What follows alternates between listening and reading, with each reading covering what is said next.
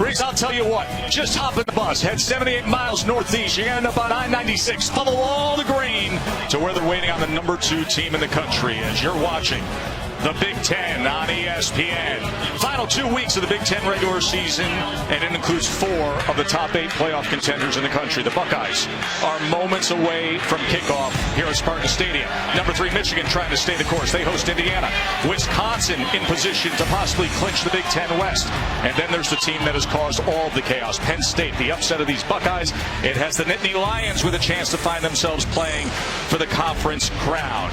You look at the standings, top heavy in the East. The Spartans a chance to play spoiler. Ohio State today, and then at Penn State next week. It has already been a November to remember, and now perhaps more drama today. As we say good afternoon, everybody. Thrilled to be with you. Joe Tessitore, Todd Blackledge. We'll say hello to Holly in a moment. I feel like we've seen this Ohio State script before, Todd. Yeah, the last 3 years. Overcome a disappointing loss, get refocused, recentered, and then position yourself to play your best football down the stretch. 2 years ago was good enough to get the Buckeyes into the college football playoff. They're hoping it does the same thing this year. We'll see, obviously, weather a factor. We'll talk about that in just a moment here. Ohio State has won the toss. Michigan State will receive. These 2 teams have split their last 6 meetings. Road team has won in the series going back to 2008.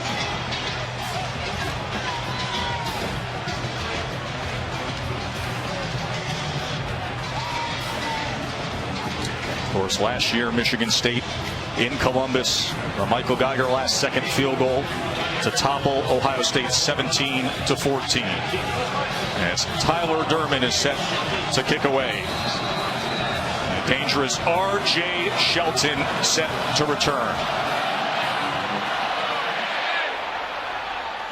As he lets it go over his head, and we go to the field to Holly. Well, guys, as you might imagine, the weather not ideal here in East Lansing. It is a blustery, yucky day. Let's take a look at our weather map.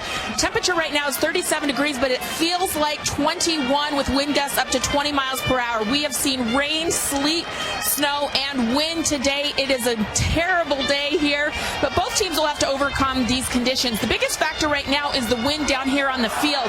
I've got a very fancy wind meter down here, and I've recorded gusts up to 12.8 miles per hour, which will make it difficult for quarterbacks to throw the football.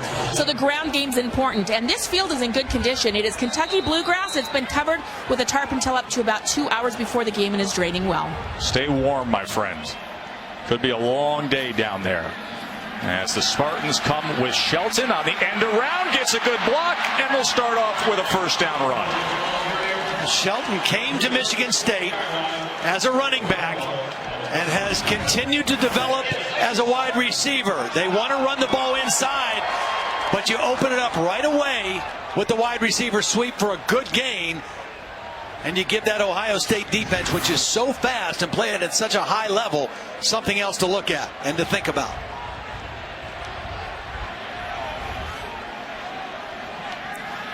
Tyler O'Connor, senior quarterback. As they run the jet motion again, fake the pass, come back the other side to L.J. Scott. Well blocked again, and here goes L.J. Scott. Hello, end zone, 64-yard touchdown.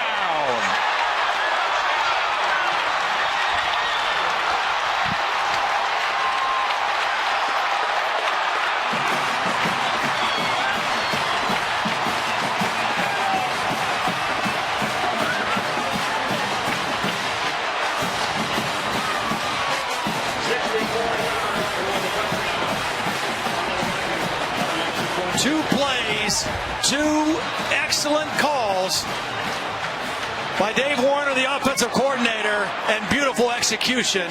Exactly what the Spartans needed. As Geiger tacks on the extra point. Perfect execution on this double screen. Watch the quarterback and then watch the center. Number 75, Benny McGowan's going to get out and get the key block on the double screen. 75, there's the block that L.J. Scott needed. And Michigan State in 2 plays in the end zone. And building on the momentum that they got last week when they ended their 7-game losing streak, off to a quick start against the Buckeyes today. And consider how well this Ohio State defense has been playing. That is the first touchdown allowed by the Buckeyes in the last 10 quarters. The first play got them off balance. They, had to be expecting an inside run with L.J. Scott. Then they come back with the double screen. Two perfect calls against this very fast and very aggressive Ohio State defense. And the Spartans strike first. 64-yard touchdown reception, L.J. Scott. The longest pass play allowed by Ohio State this year. That is how we start off today.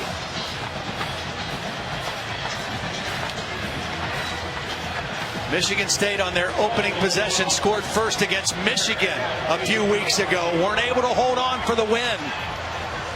But that first possession, that first score against this team, the number 2 team in the country, very, very important. When we talked to Mark D'Antonio and all the coaches and a couple players yesterday, there was a sense that they had belief that they were capable of playing in this game and winning this game. They felt they were better than their record indicates at 3-7. And no better way to start to prove that point than what they just did. As Kevin Cronin will kick away. And this will be Paris Campbell from about the 6.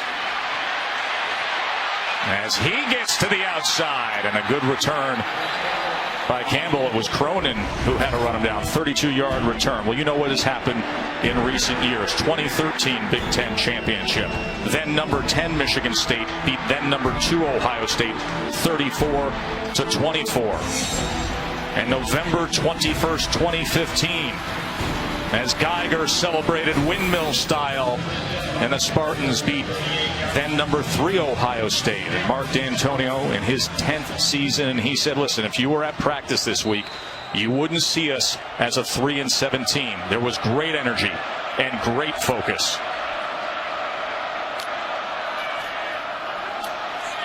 Mike Weber with a good-looking run to get the day started. J.T. Barrett, 98 touchdowns responsible for. That ranks second all-time in Big Ten history. He is 24-3 as a starting quarterback at Ohio State. Joined in the backfield by Mike Weber, the young running back, one of the 4 Michigan natives on the Ohio State team. As he shakes loose, keeps his balance, and a great effort by Weber to the 39-yard line of the Spartans. 2 big runs in a row right inside, attacking this young defensive front for Michigan State. Weber breaks a couple tackles, and if it were not for Justin Lane, number 39, that would have been a touchdown.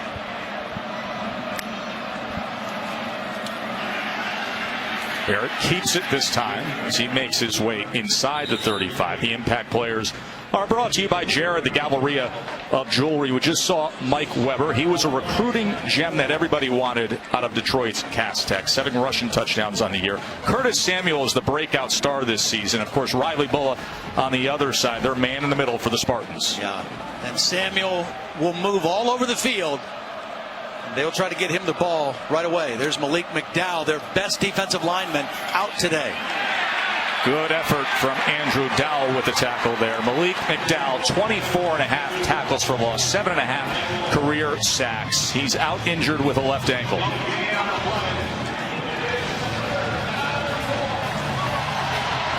Now a 3rd and 4 again for the Buckeyes. The guy to keep an eye on. And the Where's Waldo for the Michigan State defense is that guy right there, number 4. Curtis Samuel. They can line him up a lot of different places and try to find the right matchups. He is a dynamic player with an excellent skill set. And right now he is the slot to the top. They often motion him into the backfield. 3rd and 4. Over the middle and complete for the first down to K.J. Hill. Michigan State came with pressure. Left him in man-free coverage. Nice job by J.T. Barrett reading it and finding the good matchup in the open receiver for the first down. Coming into the game, Ohio State averaging, converting on 3rd down, 53%. Very high percentage, best in the Big Ten.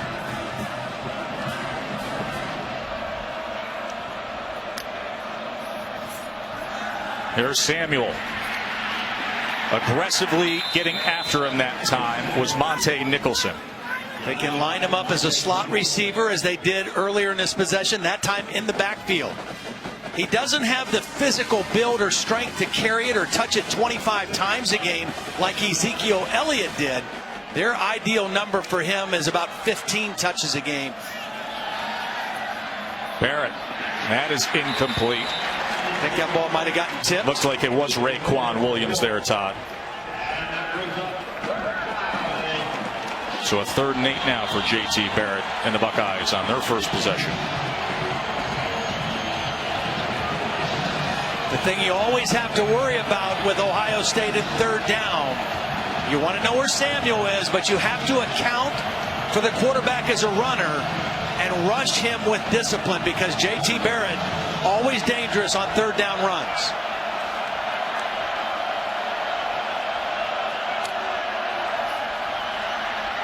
Barrett pressured and he goes down.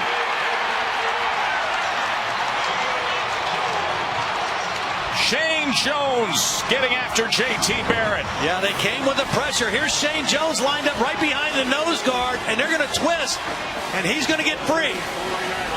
You've got some young offensive linemen. That's a true freshman left guard, Michael Jordan, and Jamarco Jones, the left tackle. A little miscommunication on the left side, and Michigan State gets a huge sack. And just beyond field goal range of Tyler Durbin. Consider the wind and weather here. So Cameron Johnston is going to try to pin punt and directional here, and he does a spectacular job of it as it lingers inside the 5. Well, what a start for the Spartans. L.J. Scott, the big play to get it going. Beautiful on ESPN. Let's go through these scenarios in the Big Ten East. Ohio State still needs to have Penn State lose a game, so they win the East with a win today and a win next week if Penn State loses. Penn State would need Michigan to grab a loss, so they would win with a win at Rutgers and Michigan State in that scenario. And Michigan, if they win out, of course, that would mean next week at Ohio State, they would win the Big Ten East. That's Shane Jones, who had that big sack. One of 28 players on this Michigan State team from Ohio. I think that's a big reason why Michigan State has been so competitive with the Buckeyes over the last several years. Right now they could use some breathing room, but instead Damon Webb makes a tackle for a loss. So Ohio State defense is young, athletic, and fast. They're not as big or physical up front as they were a year ago, but I think they are more athletic and faster all the way across the board. They are superb athletically. From his end zone, O'Connor threw it to the outside. We have a late the flag is down as he was looking for Shelton. Shelton was open, and it wasn't a good throw by Tyler O'Connor, but they're going to call offensive pass interference. I think they'll decline this and bring up 3rd and 10. Interference. Offense, number 88. Half the distance to the goal. Correction. Ohio State's declined the penalty. 3rd down.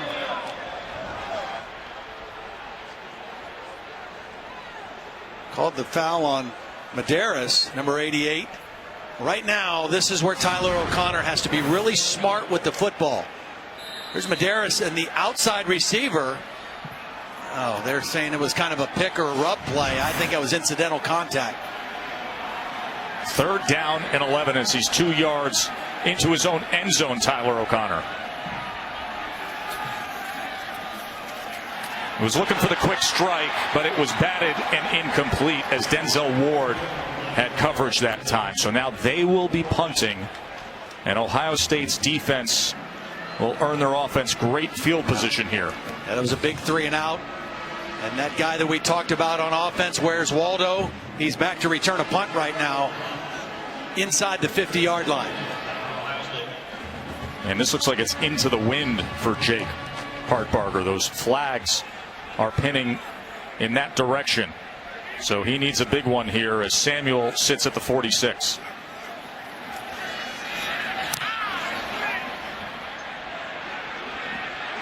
Took a fortunate bounce for Michigan State. Should have let it go. Should have let it go. It had more in it, Todd. It did have a little bit more juice in it. J.T. Barrett and the Buckeyes offense out there when we return.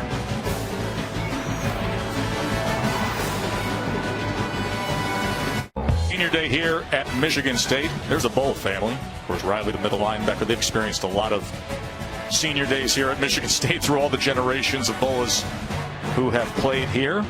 You know, it's something about this senior class, Todd. You talk about this team being 3-7, but they're well conditioned to thinking of themselves as a championship caliber team. So you can say 3-7 all you want. It's not how they view themselves. And I think it's a credit to guys like Riley Bulla as a captain and the other seniors through the disappointment to keep this team on point and focused with great energy. Start this possession at midfield. J.T. Barrett on the designed quarterback run. He's got real good wiggle to him, a gain of 10. Yeah, you know, when he runs and he averages about 14 carries a game, he's not particularly fast. He's not particularly going to put his foot in the ground and make people miss, but he is slippery and he's very smart. He's very decisive when he does run the football.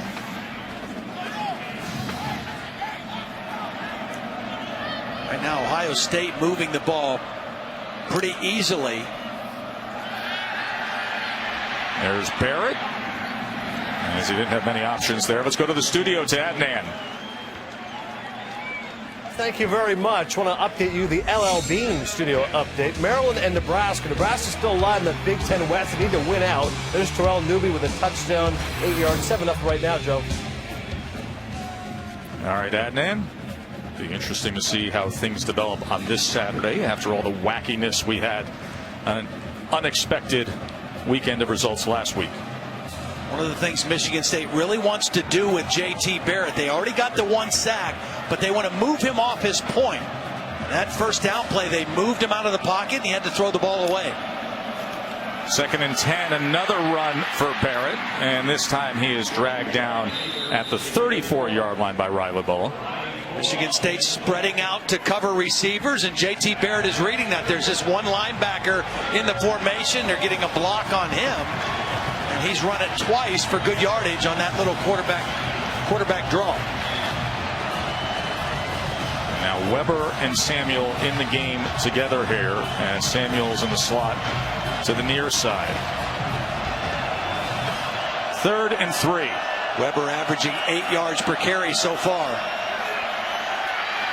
And Barrett with ease as he dives ahead inside the 25. Well, you have to respect the two guys with speed. Here's Weber. Here comes Samuel. You got to account for both of them. And J.T. Barrett's going to keep it himself and follow his right guard, Billy Price, for the first down. And that's a lot to look at if you're a Michigan State linebacker or a defensive back.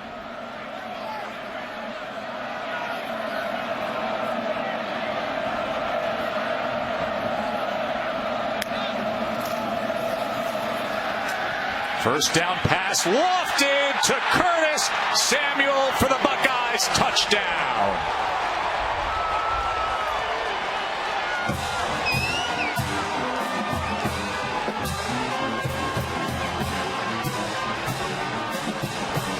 When you can run the football and have success, whether it's your quarterback running, whether it's your running back running, that sets up your play action. That was a beautiful play action fake by J.T. Barrett for his 24th touchdown pass of the season. 7th receiving touchdown of the season for Curtis Samuel. And that ties us up. Maybe one of the most underrated players in all of college football, Curtis Samuel from J.T. Barrett. And we got a good one in the snow here in East Lansing.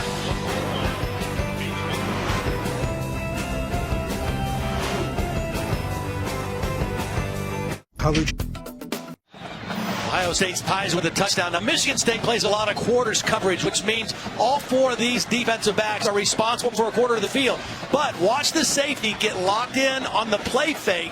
If there's nobody that shows up in your quarter, you can float and help. But he got so caught up in the run fake, he couldn't help his buddy on the other side. And Samuel turns the other safety around, a quick move to the post, and the touchdown. But the play action fake is really what set it up for the Buckeyes.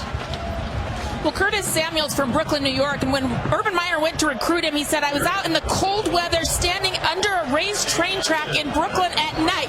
I said to Ed Warner, who was recruiting him, boy, this kid better be worth it. As one of only one player in FBS with 600 receiving yards and 600 rushing yards, I think he's worth it. Erasmus High in Brooklyn. As Shelton takes a knee, and we take a visit with that man. First, Tess, back to you. The little guy for the Bulldogs, Isaiah McKenzie. I think this is a very important possession for Michigan State.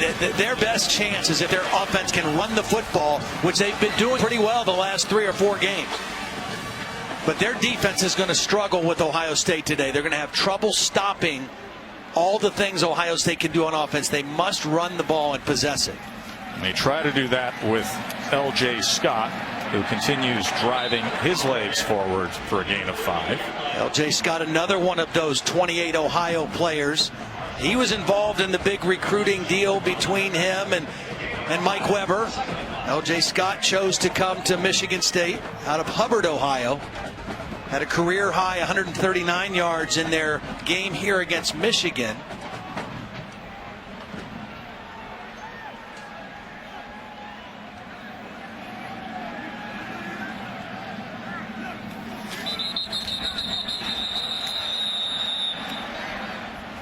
It's going to set him back. Ohio State was threatening into the A gap, and it caused a little flinch. Start. Offense, number 45. 5-yard penalty. Repeat, second down. Attack Prescott line there. And those are the kind of penalties that Mark D'Antonio's offense cannot afford. You have to stay on schedule because this team is so good on third down, rushing the passer. They have 15 interceptions, 6 of those returned for touchdowns. So you have to stay ahead of the chains against this Buckeye defense. So now O'Connor out of the gun on 2nd and 10. As that was incomplete, he was looking for Shelton on the crossing pattern, and he was covered by McMillan and Webb. McMillan got away with a little bit of a hold, or Damon Webb got away with a little bit of a hold on the crossing route. But this is a team that plays a lot of man coverage, and they are equipped for it. Their 2 corners, Conley, number 8, Lattimore, number 2.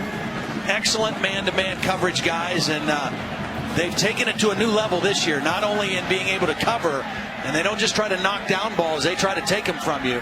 Now you see the damage that penalty does, as off schedule with the incompletion and a 3rd and 10.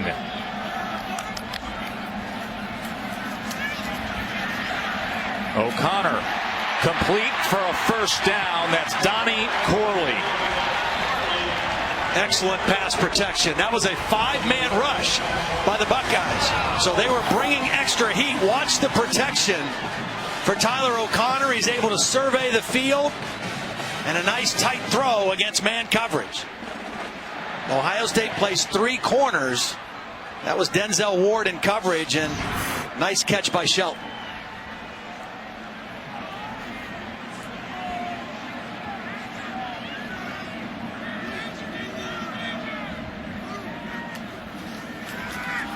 Now the delay handoff here on 1st down.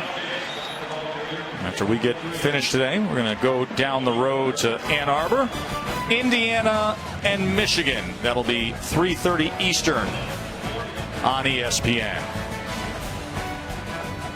You know, this Ohio State defense has been so strong this year, but what Donnie Brown's been able to do coordinating that Michigan defense has been stellar as well. Very aggressive attacking style. So that is coming your way. We will see if everybody stays the course for the showdown next Saturday. Scott again, and he was met and wrapped up by Chris Worley. Tried to fool the linebackers with that jet sweep action. They faked the handoff to Shelton, the play they started the game with. Worley was not fooled and made a nice play right at the point of attack. So far, the Michigan State offensive line holding their own, both in the run game and in their pass protection, as we face the Spartans face another 3rd down situation here. 3rd and 4. Spot that they often look to Josiah Price, the senior tight end. Here's O'Connor. And he threw it to the right of Shelton and in front of Price, so they will be punting again. When they get you in third down, Ohio State goes to what they call their rush men package. They bring their 4 best pass rushers on the field at the same time, and that time they were able to close the pocket quickly.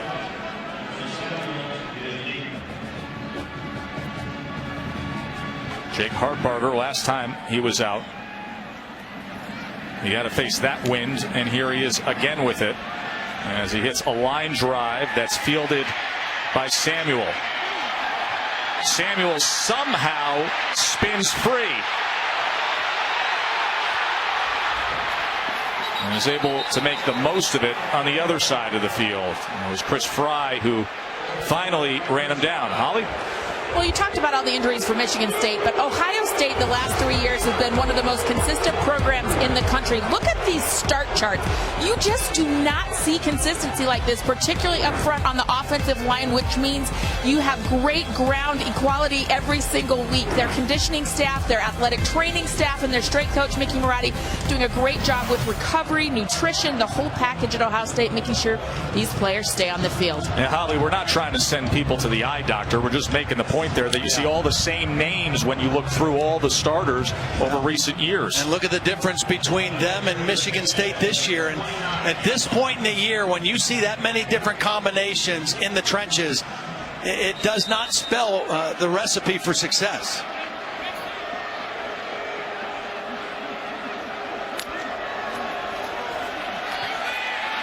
Barrett looked like he was probing for a pass, and now easily picks up good yardage that time out towards midfield. A 19-yard run for J.T. Barrett. Yeah, they were looking for the jump pass to the tight end, number 85. He's going to release here, and Barrett's looking for him, but it's not there. But again, you see the composure of J.T. Barrett. He doesn't get panicked.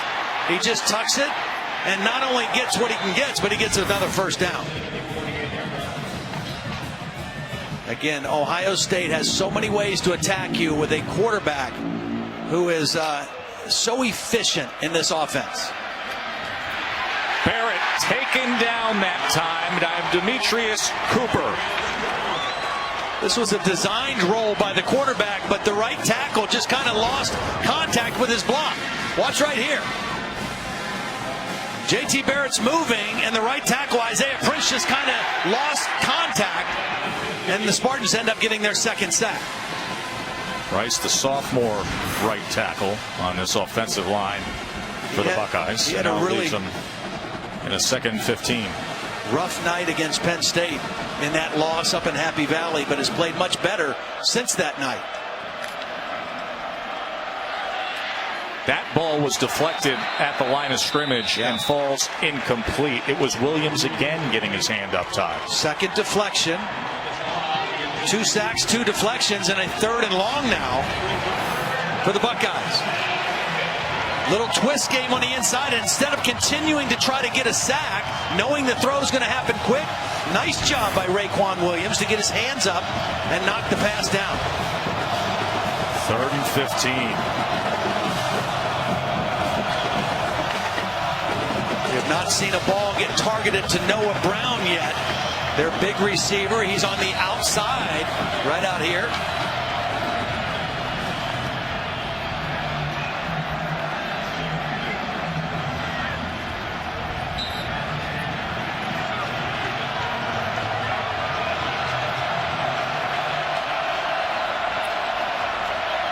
Line to make is the 42. 3rd and 15 for the Buckeyes. That had no chance. So that's Spartans defense undermanned without their best player Malik McDowell. That was a weird able to get off play. the field here. J.T. Barrett, it just looks like he never really completely got the handle, and the ball just took off on him. Wanted to get it out quickly to Samuel. I don't think the wind was a factor on that play. I think he just mishandled it and then didn't get a good grip on the laces to make the throw. Cameron Johnston on to punt. Holly, what's the wind down at the field right now? That measured 15 miles per hour on that throw. It was a big gust. There's a low punt from Johnston.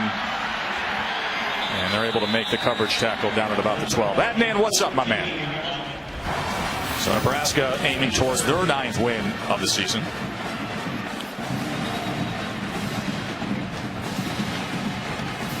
Tyler O'Connor, who started the first 5 games of the season. And he didn't get the start against Northwestern. Got banged up against Maryland. Came back against Michigan. 4 games with 3 passing touchdowns apiece. And he started off the day with a big one, the second play of the game to L.J. Scott. And here is Scott as he gets free. And L.J. Scott, what a show he's putting on. Another chunk play for the sophomore Spartan. This is just good patience by L.J. Scott. Watch him pause a little bit in the hole. Right in here, he's going to just kind of pause and allow some linemen to get on blocks. And then he squirts through and shows acceleration to get into the secondary. It was well blocked, but his patience is what made the play. They run option with O'Connor as he falls ahead for maybe 3 yards there. But L.J. Scott, I think it's a career-long 61-yard run. I think it's safe to say that he plays his best so far this year against the best opponents. No doubt. Career high against Michigan State, or against Michigan a few weeks ago, and off to a great start today. You know, that's when he really reemerged, because he hit a rough patch in the middle of the year. Had that fumble against Wisconsin. Yeah. But he's had a bit of a bounce back here in the second half of the season. 2nd and 7 now.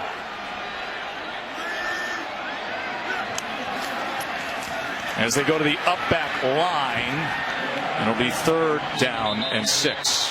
One of the things and one of the reasons why Michigan State having a little success offensively against this tough Ohio State defense, it's a different system. It's a different look, different personnel groups. Ohio State, every day in practice, they face their own offense, which is a spread offense. Empty backfield, some a single back. They don't see a lot of 1 or 2 tight end sets. And it's difficult to prepare for, and it's difficult to get used to all the reads and the adjustments you have to make during the course of the game. And right now, Ohio State calling a timeout before this 3rd down play. Timeout. Ohio State, they're first. 30-second timeout. Urban's defense has been sensational, especially in recent weeks. Back-to-back 62-3 wins. But L.J. Scott with a 64-yard touchdown reception and now a 61-yard run. Holly? Well, just be aware that after that last long run, L.J. Scott took himself out of the ball game. They're looking at him on the sidelines. It looked like something with his lower leg on that last play before Ohio State called the timeout. We saw the backup running back, Gerald Holmes, in there, so I'll keep you updated on Scott's progress here on the sidelines. Very well. We will monitor that. Scott was a big recruit. He was heavily recruited by Ohio State. Of course, landed here at Michigan State. You mentioned everybody was going after Mike Weber in that recruiting class from Detroit. Well, Michigan State has 163 yards of offense here early in the ball game, and 125 of that have come on 2 plays. You have to get some chunk plays against this aggressive defense, and they've got that so far in the first quarter.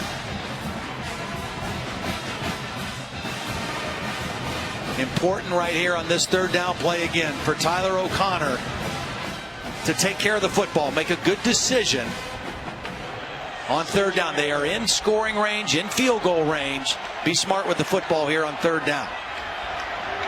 Gerald Holmes flanking him. Corley in motion. And he's going to be able to move the chains. What a great block by the fullback, Prescott line, number 45. Another jet sweep. Watch 45 get out here on the edge and get the cut block. A conservative type play, but when you execute like this, you got a chance to convert on 3rd down. And Michigan State with another big conversion. Donnie Corley's going to have a very bright future here with the Spartans. High-level recruit, enrolled early, and he is fast. Holmes stays in as the lone back here. Final minute of the first quarter. Here's the pitch to Holmes, and that was well managed and disciplined defense by Ohio State. McMillan was the first to get in there, Todd. A loss of 6. Yeah, Raekwon McMillan, the leading tackler on this team, read it so quickly. Here he is right here. His eyes are locked on the backfield. He's going to loop to the outside and read it so quickly and gets underneath the block. The center, Benny McGowan, trying to get out there in front of him, and McMillan too quick on his read and his pursuit of the football. Our leading tackler, as Michigan State is looking for a little more in the cold winds and flurries of East Lansing. We got a fun one in the Big Ten.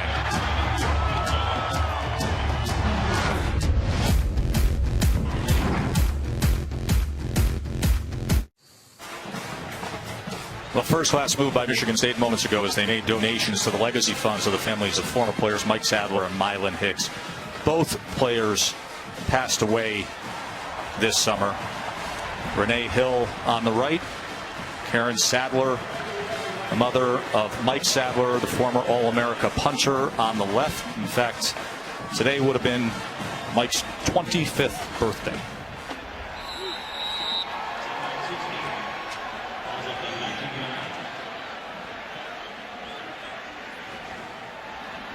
Josiah Price, the tight end, 21 career touchdown receptions. Big receiver this part of the field. 2nd and 17. O'Connor trying to get free as Tyquan Lewis got just enough of him, a gain of 8. That's a good call because you're not going to get it back against this defense in one play. Give yourself a chance on 3rd down. Now you can run a play where you maybe run some routes into the end zone. 2nd and 17. Nice positive gain to give yourself a chance here on 3rd down, and still very much in. Look at this. They got a muddle look going on here as they're going to direct snap now as R.J. Shelton takes the handoff. He's looking to pass. Left with few options on 3rd and 9 as Jerome Baker came up to play it. Well, Ohio State, credit them. They didn't panic. They deployed enough. They had enough guys over here for anything. The quarterback's right here. And then they had enough defenders on this side to just not panic and read what Shelton wanted to do. It's good, solid discipline. Luke Fickell, defensive coordinator, along with Greg Schiano. Not sure that's a play they prepared for, but they handled it and adjusted to it right. And perhaps an advantage that they flipped sides for this 2nd quarter on the field goal attempt by Geiger. As with the win that is significant today, he's able to put it through and give 3-win Michigan State the 3-point lead over number 2 Ohio State.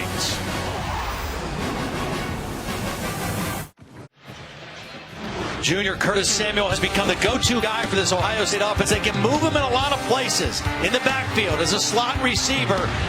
He's had 2 receptions in the game. This one, his 2nd one for the touchdown. Get him isolated on a safety and find him for the big score. And he is so versatile and has such a skill set. Urban Meyer has said, reminds us of Percy Harvin, the guy we had in Florida.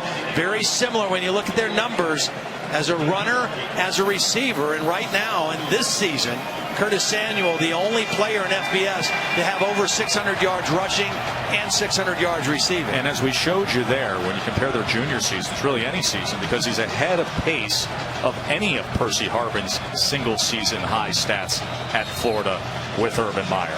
He is dynamic.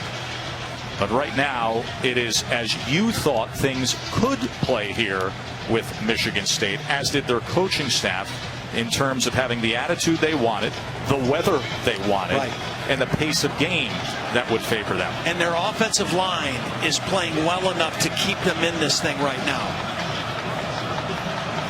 Their defense has come up with some timely sacks at the right time as well. Paris Campbell on the return. as he struggles to get to the edge, and we go to the studio to Adnan. What was a conference that everybody dismissed when it comes to the playoff now still has the Sooners in play. As Barrett is taken down hard that time by Panashuk. Panashuk, another one of those young guys, a true freshman out of Illinois. This defensive front for Michigan State, we already talked about they're missing their best player, Malik McDowell, but from last year's team, 3 starting defensive linemen all in the NFL right now, and they've been replaced by a lot of youngsters that have bright futures here, but still learning on the job. Shalik Calhoun and Joel Heath, Lawrence Thomas. As Weber is met. Let's go down to the field to Holly.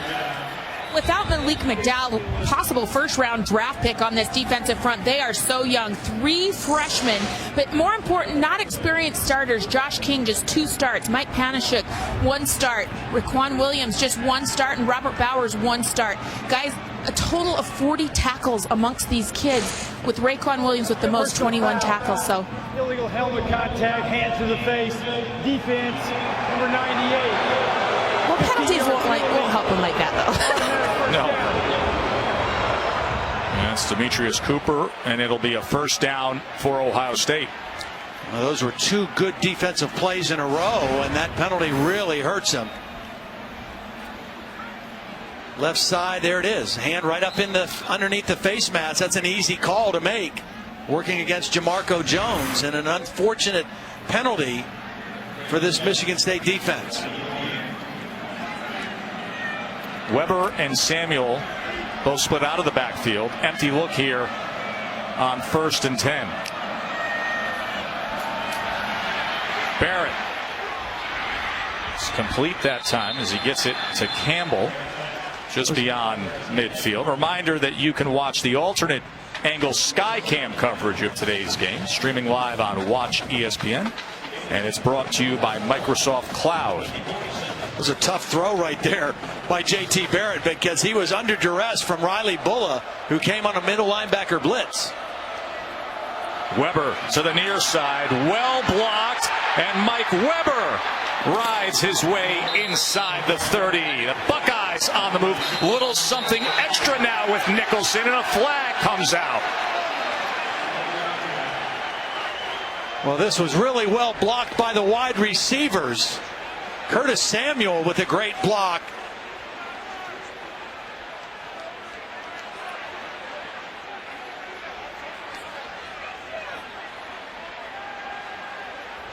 You want to run well to the perimeter, you have to have wide receivers that are willing to block, and that time Ohio State, excellent job on the outside by McLaurin, number 83, and Curtis Samuel, as the officials are still trying to figure this one out.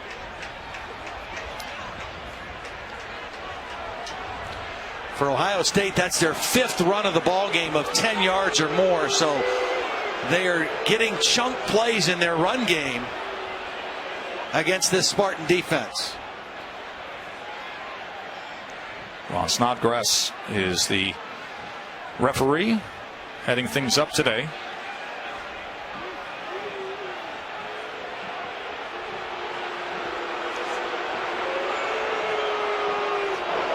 There are 2 fouls on the play. Personal foul, unnecessary roughness, offense number 73. At the end of the play, dead ball, personal foul, defense, 15-yard penalty. Both fouls will be enforced. First down. The foul against Michigan State, I think, was Monte Nicholson, number 9, at the end of the play on the sideline. Bill Lamagna is our rules expert. Bill, what do you got here? Well, as the play goes out of bounds, there was contact between the 2 officials there. It's a good job at first of the officials getting in there, but sticking your hand in a guy's face. That should have been on Ohio State, not Michigan State, right? I agree. I mean, the penalty went against Nicholson. I think it should have been 2 penalties against Ohio State. Bill, you agree with what Todd just said? I agree. There should have, both of them were in each other's face. Both should have been unsportsmanlike conduct calls.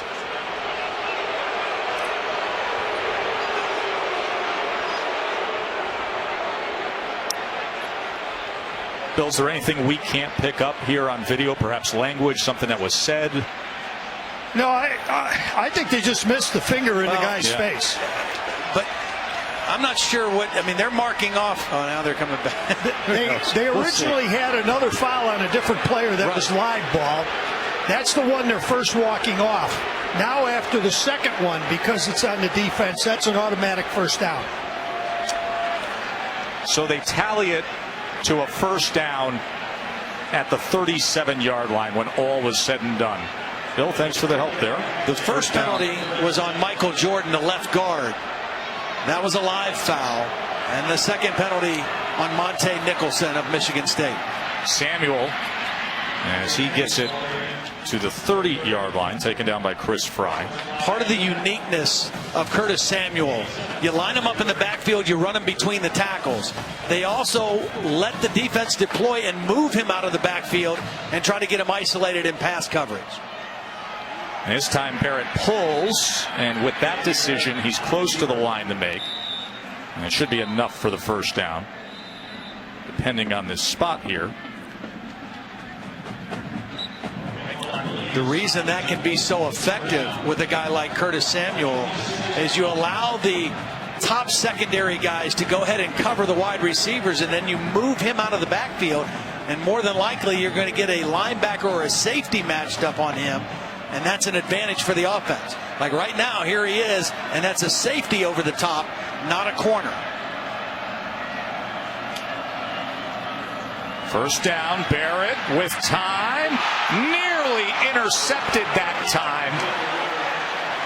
As you can see, Dowell breaking on the ball.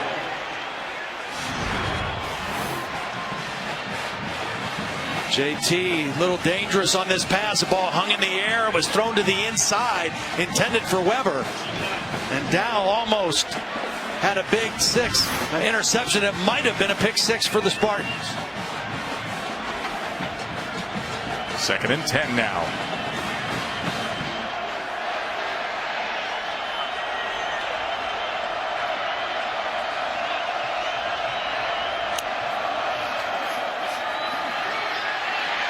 Barrett to the end zone, beyond the diving effort of McLaurin.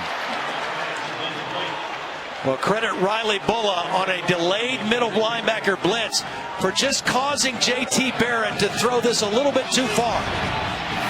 Riley Bulla is right here, and he's not going to come right away, but he's going to delay blitz. And because of that, Barrett is not quite able to step all the way into this throw and get the touchdown. His receiver had a step. Ball just a little overthrown. A roaring Spartan Stadium on 3rd and 10 for the Buckeyes.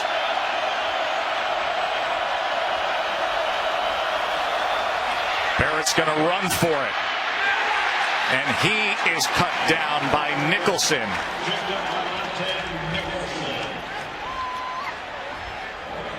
Nicholson making up for the penalty that was called on him earlier with a big stop on J.T. Barrett and forcing a field goal attempt. Holly, what's the situation with the wind Tyler Durbin is facing here with this attempt? Well, right now it's at his back. He's kicking into the wind, and it's only at 2.8 miles per hour. So right now, very quiet on the field. A good time to kick a field goal this direction. 39-yard attempt to tie it for Durbin. And he does that. He has had a sensational year. Of course, just one moment against Penn State. Other than that, perfect. Tied up, 10 apiece here at Spartan Stadium.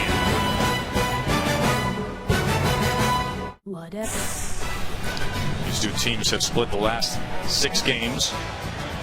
And that was the scene yesterday, as it was beautiful here. Folks were taking photos on campus. And now strong winds, snow, cold temperatures. Big Ten football in November. Meaningful football. And a tie game with the number 2 team in the country, Ohio State, just moments ago tying things up here.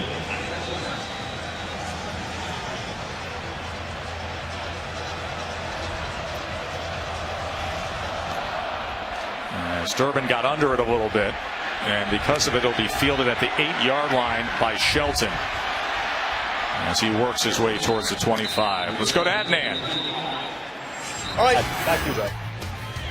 Of course, Wisconsin, one of the teams still very much in the mix as they try to work their way to the Big Ten title game. Some of the teams obviously alongside them trying to make their way to the playoff as you compare the resumes of Clemson and Washington, Tom. As I look at those three teams, the biggest thing that stands out to me is that Clemson and Washington much better offensively in their ability to score than Wisconsin. Wisconsin playing great defense all season long. L.J. Scott back to action with a gain of 2. Holly, what was up with L.J. Scott on the sidelines there? Well, you know, during that entire defensive possession, he's been over here on the bike, riding the bike, keeping that ankle loose. He looks like he's out there trying to play right now, but I feel like he's lost a little spring in his step since that last long 61-yard run. Well, this weather certainly doesn't help that either. But Michigan State needs L.J. Scott. He was off to a great start. They need that adrenaline to kick back in for him to have a chance in this football game. They've got to run the football with success. O'Connor sprinting near side as he floats it, and it is picked off by the Buckeyes. A heck of a play by Chris Worley. Well, that shows you the athleticism of this Ohio State defense. This was not a horrible pass by O'Connor. It was just a beautiful play by Chris Worley. He drops right underneath the route and makes a leaping interception, the 16th interception of the season for Ohio State. And at the end of that play, Jalen Holmes was down on the field. Defensive lineman for Ohio State, as the medical staff is out trying to help Holmes. And we will check on him when we return. Good field position after the turnover for Ohio State.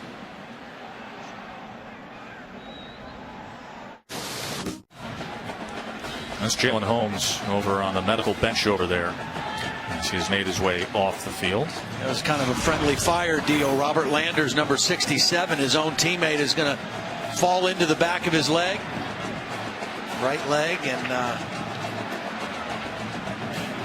Holmes has been one of those persistent pass rushers for this fast Ohio State defense. And it was Chris Worley who had the pickoff, and thus the 37-yard line is where Ohio State will take over as Samuel shifts back into the backfield. Play action. Barrett, pressure on him, and he is taken down.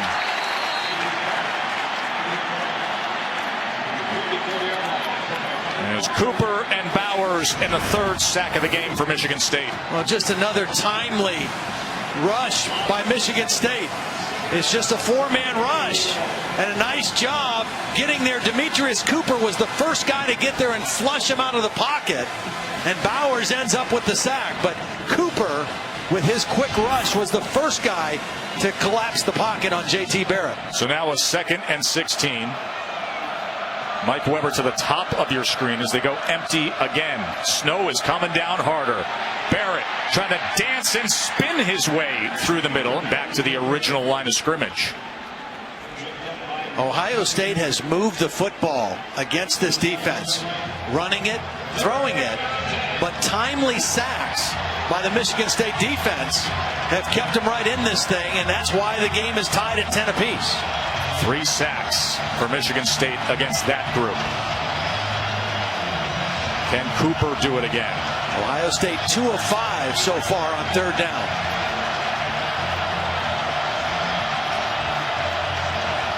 Samuel down at the bottom in the slot. Right here. They only bring 4. Pick up the stunt. Barrett with time. Over the middle. Complete that time to Marcus Ball. Marcus Ball was in a trips formation to the top. He's going to come in from this direction, and Curtis Samuel is coming underneath. I think Barrett was looking for Samuel first. Good job of going to a secondary receiver, and his big tight end gets the conversion for the first down. 12-yard reception on 3rd and 10. And now Barrett, a tough run met by Chris Fry, gain of 3. The last time J.T. Barrett played in this stadium, he had a a great game against the Spartans. 300 yards passing, 86 yards rushing, accounted for 5 touchdowns. That was 2 years ago when they won 49-37. They have won 5 straight here.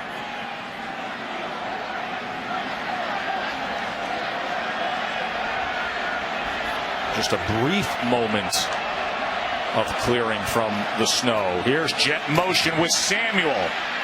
And good job staying with it by Chris Fry. It'll be 3rd down and about 3. Michigan State trying to overcome that turnover. When we talked to Mark D'Antonio about some of the reasons for the downturn this year, one of the things he said, turnovers. The last 3 years they've been the best in the Big Ten at turnover margin.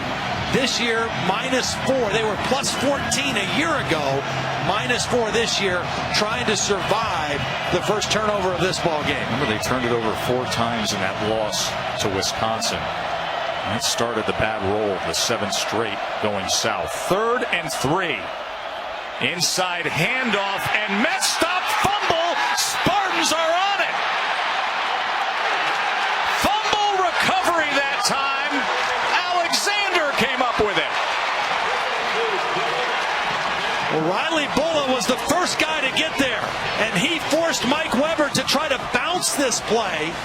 There is a flag down. Bulla forces him outside, and I think coming from the other side, Austin Robertson, number 94, ripped the ball out. Assessed a sideline warning.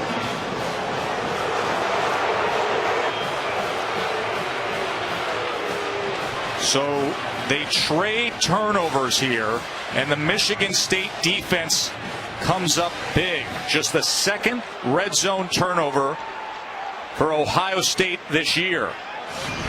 Watch Riley Bulla. He's going to come in here first, and he's going to force Weber to go outside. On the field was a fumble recovered by the defense. Plays under further review.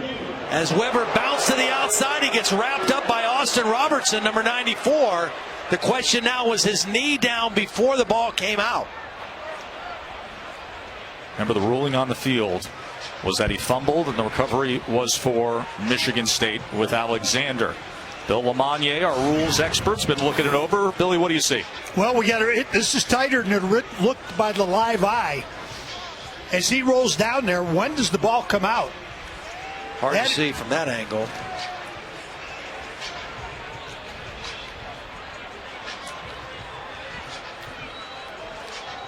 I'll tell you, it looks like number 94, Michigan State's defensive lineman, Austin Robertson, knocks it out by way of his knee. Watch when his knee hits the ball. So, I mean, just looking at those 2 shots, I'm not sure that there's enough to overturn the call on the field.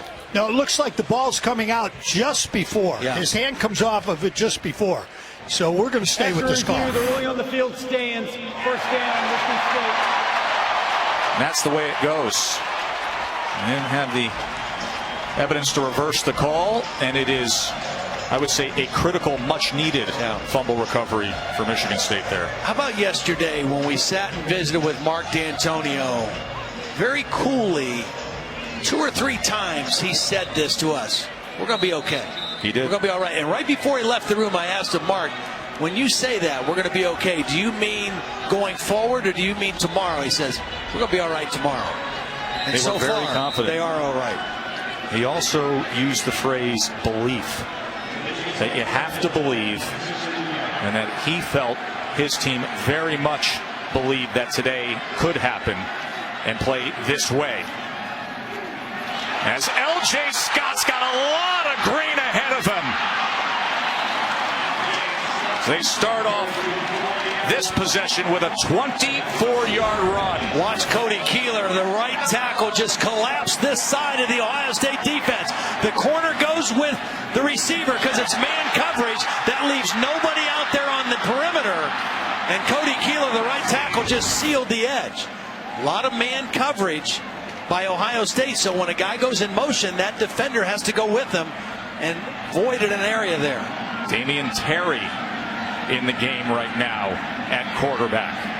Remember, he was mixed in last year against Ohio State as well, and he's going to throw his first moment in the game, and he's going to go downfield incomplete. Was looking for Madaris, covered by Ward. Well, I love the call. Even though it was incomplete and the ball sailed a little bit on Terry, it's a good call because everybody on the Ohio State sideline is thinking if this guy's in, it's quarterback run game, and so the first play he's in, they throw it. If that ball's thrown a little bit more towards the middle of the field, they might come up with the completion. Well, Terry upset about missing an opportunity there. 2nd and 10 now with Tyler O'Connor back in the game.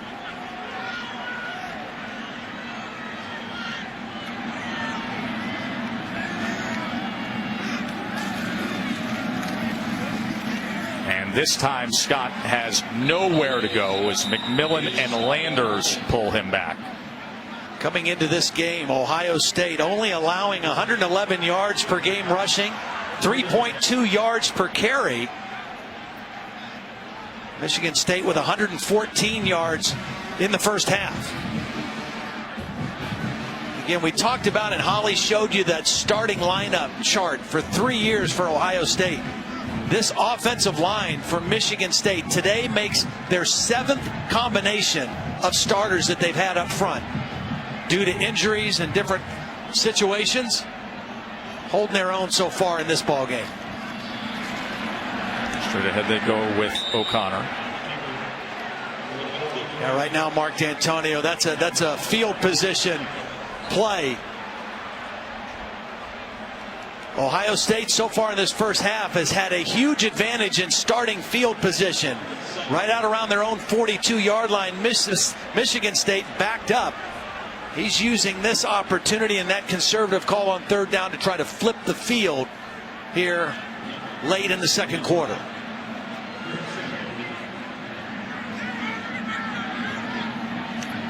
Hartbarger. He gets off a very good punt this time. Turns it over as Samuel muffs the ball inside the 5 and has to fall on it. So flip the field he does with a 52-yard punt. Jake Hartbarger. Timeout on the field. A fun time here in East Lansing. These November games, aren't they interesting, folks? 10-10.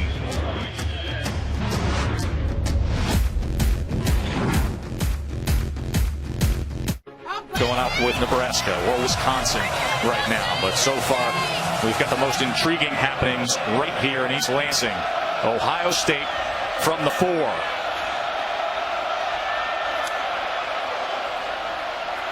Samuel wrapped up right at the line of scrimmage. That was Cooper again. Williams getting involved as well. Raekwon Williams is one of the older guys up there. He's a redshirt freshman. He's got a couple true freshmen lined up next to him. It's amazing how young they are. All the guys had all the experience and success in recent years, but at some point you grow up deep in the season. Yes. Could today be that day? The more reps you get, the more you see things, the quicker you react to them. 2nd and 10. Barrett spins free. Again he does. Breathing room. Ball came out at the end there. They're saying he was down. He is down. But a 9-yard run by J.T. Barrett with those 2 spin moves. I'm not sure how he got the ball out. This is what you call a mesh charge. They're going to hit right at the quarterback and the back. And Barrett pulls it out, spins, and again, he's a crafty runner. He's not a dynamic runner, but he's very crafty and elusive enough to be effective. And you can see he was down there. So a 3rd and 1. Under 2.5 to play in this first half. And Barrett will give him a fresh set of downs. Well, we asked Ed Warner last night, how much do you want to run J.T. Barrett? He come in averaging 14 carries a game, said only as much as we need to. Well, he's already run it 15 times in the first half of this ball game. So I'm guessing they need him to run today. The snow picks up again as that wind is going right into the face of J.T. Barrett. As Samuel gets by the first would-be tackler. It was Chris Fry, as Curtis Samuel's playing a bigger and bigger role as the day goes on. Urban Meyer not using those 2 timeouts, allowing the clock to roll. I think if they get another first down here, they might get a little more aggressive and try to get something before the end of the half. 4 straight runs for the Buckeyes right now.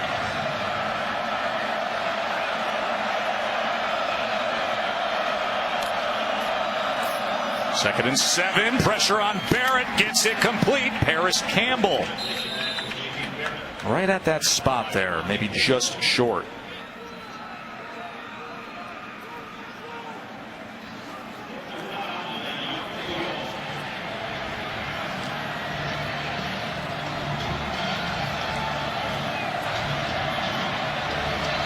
Third and 1.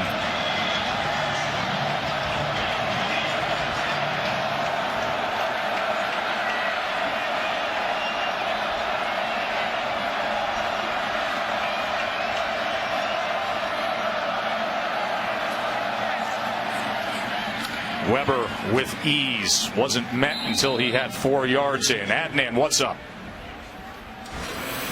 All right, having some technical difficulties. You see Danny Cannell there standing up and getting ready to go. He and Joey Galloway as well. As like I said, we've got plenty coming up here at the half, including Big Ten highs. Wisconsin and Purdue are in action. Pac-12 showdown, Washington State, Colorado. And do not forget, Leonard Fournette was involved in a scuffle before the game. Tess, you want to see the highlights of this coming up?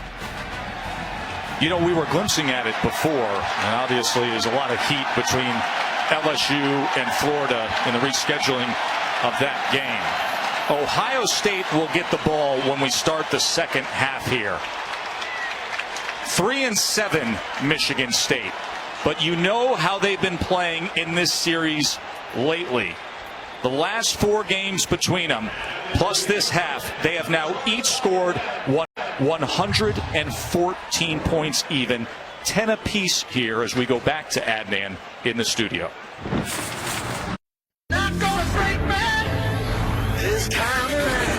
Take the pass, come back the other side, well blocked again, and here goes L.J. Scott. Hello, end zone, 64-yard touchdown.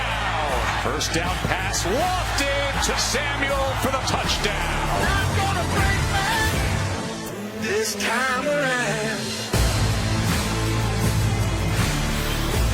Glad you're with us, enjoying the Big Ten on ESPN, as the Big Ten is going to play such a huge role in these final weeks of the regular season to see what happens with the college football playoff. And right now, the number 2 team in the country is all tied up here on the road at Michigan State. You saw L.J. Scott, those couple big plays, and then you've got this down here, the sacks by the Michigan State defense. Well, think about this now. Last year, Michigan State's defense had 37 sacks on the year. Coming into today's ball game, only 7 for the whole season. They have 3 in the first half. That's the difference in the ball game. Their young defensive front, being able to pressure J.T. Barrett and knock them back some, has made this a really interesting football game. What do you look for out of the Ohio State offense here early on? Well, I think they're going to take it out of J.T. Barrett's hands from a running standpoint a little bit, try to get Weber and Samuel more involved in the run game, and I look for him to take some shots down the field, trying to throw the football and drive it down the field a little bit. So Ohio State will receive the ball to start the second half here.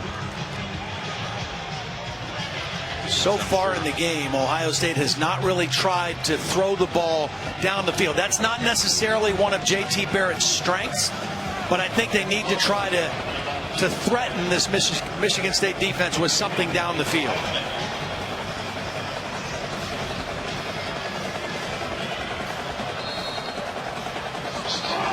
The ability to adjust, Urban Meyer and his staff's record when trailing at the half. They know how to do that.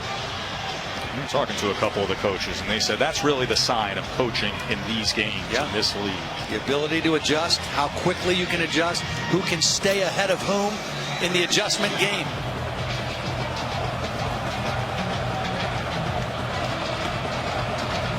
As Kevin Cronin will get us started here in the second half as he drives it deep, and we go down to Holly for AT&T Inside Access. Coach, you're playing this Michigan State team that's got nothing to lose today. What did you ask of your guys in the locker room just now with energy and emotion here in the second half? Yeah, they had two big hits on us on defense that we don't normally do that. But I take away those two big hits, we're playing fine. We turn the darn ball over in the red zone. We don't do that. So execute. We get the football here. Do what we do. JT Barrett, 15 runs. Do you worry about running him too much, or how much can you ask? We just got to move the ball. Thanks, Coach.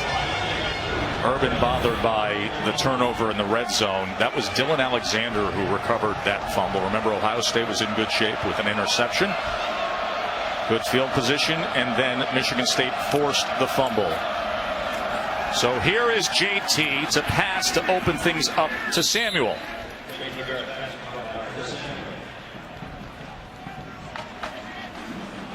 JT Barrett in that first half was 6 of 12, but only 64 yards, so nothing really down the field. Of course, the wind a factor in that.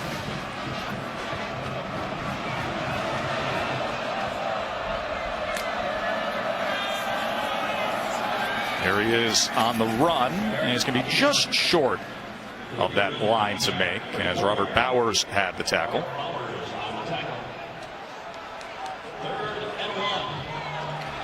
It's just such a luxury to have a quarterback like JT Barrett with that kind of experience, the decision-making capabilities that he has in situations like this on the road, third down plays. You just trust he's going to make good decisions. As he advances it there on 3rd and 1. Let's go to the field to Holly. Holly, what's the situation weather-wise now to start this second half? Well, it's really improved from the first half. If you can believe it or not, the sun is out right now, shining brightly on the field. It is still windy down here, but it's not oppressive wind like we saw in the first quarter. We have an injury timeout on the field right now, but I'm curious to see if Ohio State tries to throw the ball more on this next drive, because the weather conditions have improved slightly down here on the field. You know, they're attending to a defensive player, but that ball came out on the run by JT Barrett. The players reacted to it, but the officials made no. Now, Ohio State may have recovered it, but the ball came out as Barrett was hit before he hit the ground. There's the ball right there, out before JT Barrett is down. Now, I didn't see who recovered it or who came out of the pile, and there was an injured player at the end of the play.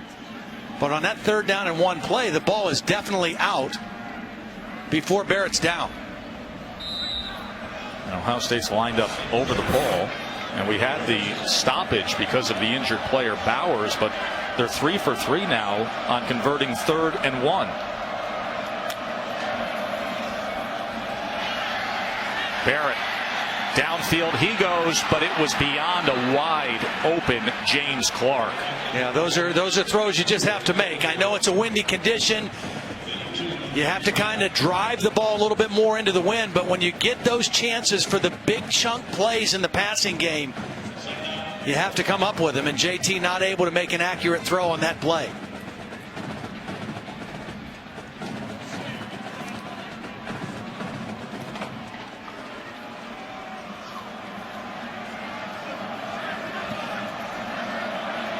Second and 10.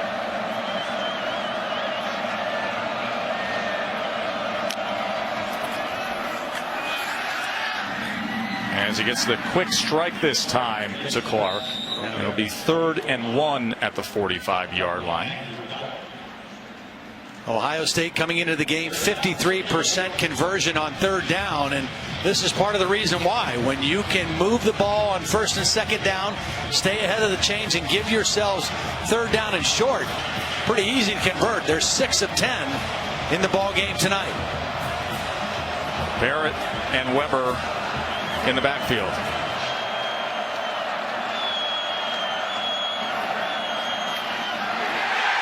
And Weber had nowhere to go. It was Alexander again. He is having a good looking day. Well, it was a slant, and they guessed right. They slanted right into the play.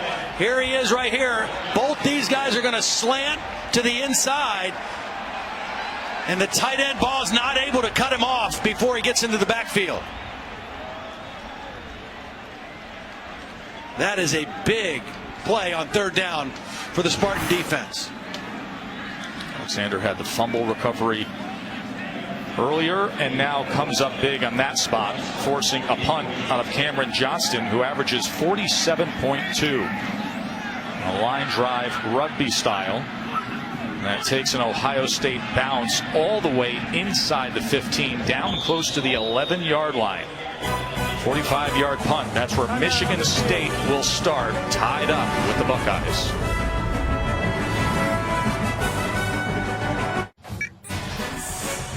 Todd, was that a glimmer of sunshine I saw peeking over Spartan Stadium? We have had strong winds. We have had freezing rain and snow. And perhaps there has been a sunny attitude here in East Lansing. As they say, we're as optimistic and upbeat as could be. We do not feel like a 3-7 team, Mark D'Antonio told us all day yesterday. And they are tied up with the number 2 team in the country. And Damian Terry is back in at quarterback for the Spartans. And he is going to do what he does best, and that is run the ball, as he did last year in the Ohio State game. Again, first play he was in the first half, they threw deep. They didn't complete it, but it kept that Ohio State defense a little bit honest. That time, they go to the quarterback run on first down, and it's a nice positive game. Of course, this drive starting at the 11-yard line. Michigan State 7 total drives today. 4 has started inside their own 20. Only 6 first downs for this Michigan State offense in that first half as well.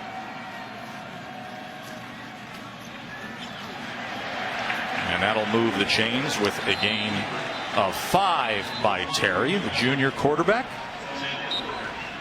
And they told us they would mix in the run package, getting a sense of it here.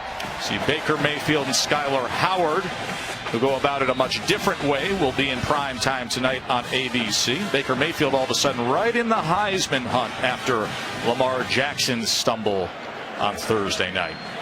Got to believe this might be a throw on this play from Terry. Maybe to the tight end. 82 or 11. Play action. Downfield. And he had to turn all the way around. We mentioned Baker Mayfield coming up tonight on ABC. Todd, you know, each week we go out there, we ask the official voters at ESPN, how do you have it right now? I was stunned to see Baker Mayfield and Jalen Hurts. This was going into Thursday night.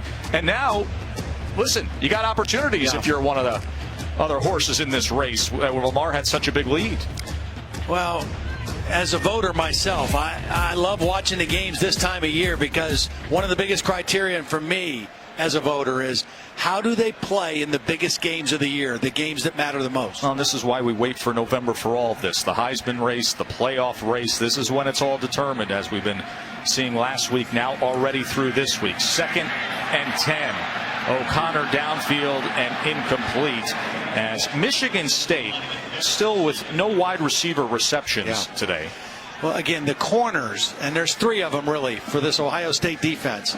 Garyon Conley and Marshawn Latimer are the starters, and then Denzel Ward comes in as the 3rd corner. They are outstanding man-to-man coverage guys.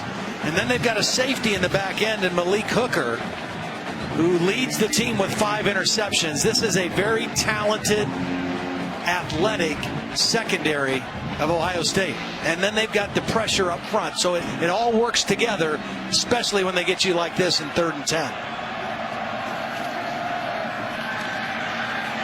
Going to throw back, threw it behind Price, but can he get there? No, he is ridden out of bounds by the athletic Sam Hubbard. A flag is down. We will check on that. Well, again, you see the athleticism of this Ohio State defense. That's Sam Hubbard, the defensive end, who initially came after the quarterback, read the play, reverse field, and was able to tackle Price. Holding offense, number 75. Phillies decline. 4th down. Sam Hubbard out of Cincinnati, Ohio, plays with a high motor. Kind of sets the tone up there for that defensive front. Urban first spotted him when he walked into a high school dodgeball game. This is a former lacrosse star who played some safety in high school and grew into 6'5", 266.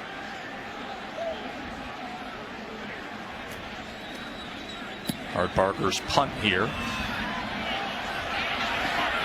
as it hits and spins back at the 31-yard line. Still tied up, but Mr. Barrett's going to have something to say about that. Stretch here if things play a certain way, and Ohio State, of course, perceived as the best team, regardless of if there's a conference championship attached to it, to be able to make the playoff. That's interesting, and there's obviously points with the committee and emphasis with the committee on conference championships. Ohio State potentially could be out of that mix, but in a lot of the other metrics that the committee looks at, Ohio State very, very strong in that number 2 spot right now. Well, as they should be when you look at both the eye test and the body of work, the resume. But right now, they've got a big-time fight here. As Barrett gets it complete to Marcus Ball. Holly? One of the interesting things this year with the College Football Playoff Committee will be how they view conference championships. Right in their principles that they list as the most important is a conference championship. Now, Ohio State might test that case because Penn State has the tiebreaker right now. If the Nittany Lions win out, they would go to the Big Ten championships game. If Ohio State sits at home, will they still include them in the playoff despite not being conference champions? JT Barrett had a quote. He said, like, you're going to leave Ohio State out. That doesn't make sense to me. But you are right, Holly, as Barrett will have the first down and more for the Buckeyes. This one's going to come back for a hold, but you see the crafty running ability of JT Barrett. Not flashy, not particularly fast, but he knows how to run and elude people. Holding, offense, number 65, 2-yard penalty, repeat third down. Pat Elflein, the center. Pat Elflein has played guard before. He's the center. He's going to lead out on this play, and he's the guy who gets called for the hold. Right there in the middle of the screen, he's got that outside hand around and not allowing the defensive tackle to get outside. Fourth time Ohio State has faced a 3rd and 10. They're 1 for 3 on those kind of plays. Overall, 6 for 12 on 3rd down.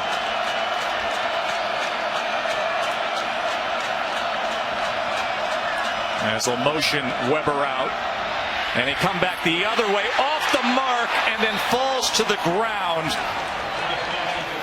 As that was dangerous for a moment with Donnie Corley tracking that ball, and the Buckeyes will be punting again. Not a very good pass by JT Barrett. It's a short pass. The wind should have no effect on a play like that. You got to get it in the hands of your playmakers quickly. That's the first 3 and out today for Ohio State. Cameron Johnston on to punt as flags rain in prior to this.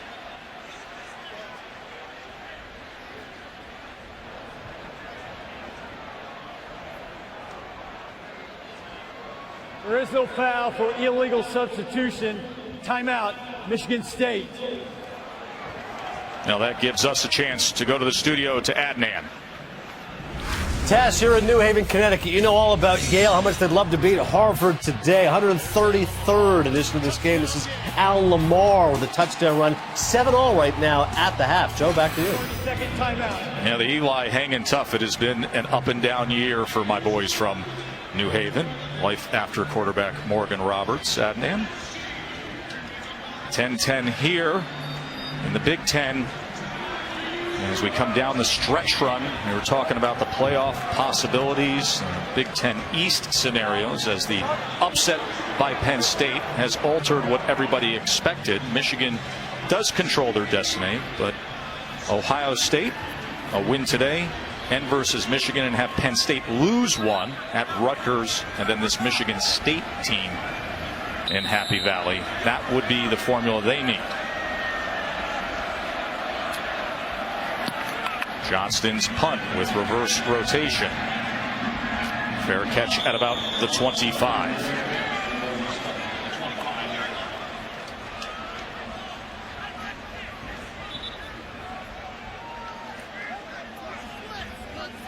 It is time for today's Aflac trivia question. Ohio State's Mike Weber looking to become the third Buckeye freshman to rush for at least 1,000 yards. Aflac trivia question asks, who are the only two freshmen to do so? Buckeyes to rush for 1,000 yards in their first year. He is 23 yards away from that milestone. Right now it is L.J. Scott and the Spartans on offense. As Scott patiently looks for something, and Robert Landers finds him. L.J. Scott with two big runs and a big reception in that first half. Pretty much the extent of Michigan State's offense, those three big plays. 64-yard touchdown reception was the second play of the game. You talked about how what happens early on could set a tone and set the course for the kind of game we get. You get that sense now when you look Well, and Michigan State desperately wanted to be able to run the ball with some success and get this to be a fourth quarter game. That's where they historically, before this year, have won football games. Here's the tap pass to Shelton as it got a little congested around the 31-yard line as McMillan came up with the tackle. And conversely, for Ohio State, they haven't been in a game like this for a couple weeks. No, 62-3 back-to-back. Yeah. They walloped Nebraska and took care of Maryland.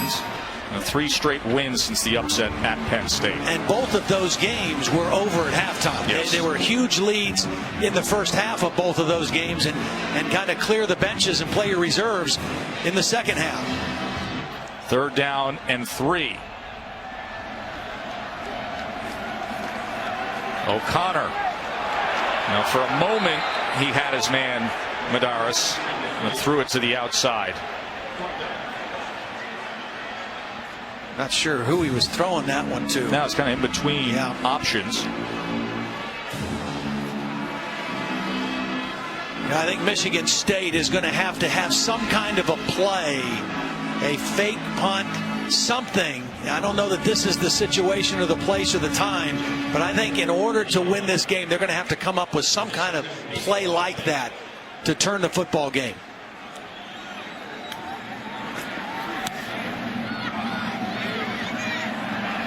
Fair catch at the 31 by Curtis Samuel.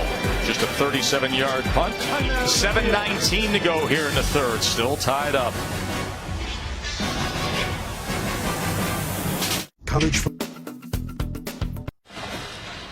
Aflac trivia answer for you here as we ask Mike Weber is looking to become the third Ohio State freshman to rush for at least 1,000 yards. We're the only two freshmen to do so. Robert Smith and Maurice Barrett. That's the Aflac trivia question as Weber has had such a strong year. The redshirt freshman from Detroit. Gotta wonder if Noah Brown is going to factor into the Ohio State offense at some point. Haven't called his name. Just when we mention what a year Mike Weber is having, he does this. Finally tracked down by Nicholson. He is over 1,000 yards now. Nice job blocking at the point of the attack. Watch the tight end ball. He's going to come in, fold in here, and seal off the linebacker. Weber gets right on his hip and then shows the acceleration once he gets to the second level. 52-yard run by Mike Weber. Buckeyes in business here to break this tie. Ohio State now with 177 yards rushing. Coming into the game, 267 yards average per game. Samuel all set here as Barrett will run it straight up the middle, and he is taken down by Boa and Panashuk.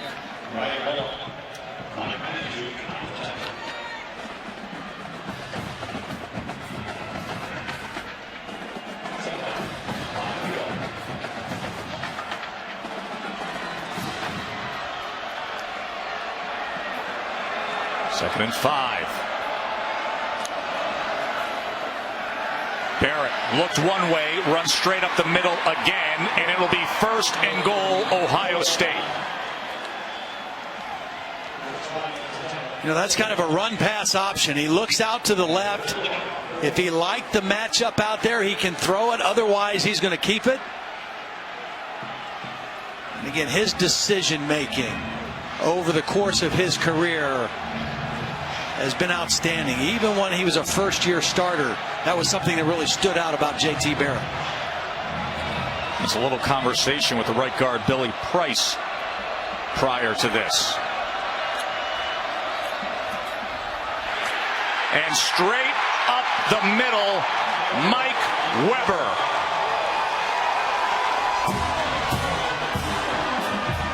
Michigan State tried to run a little twist with their linebackers, and Ohio State ran right into the area between the linebackers for the touchdown.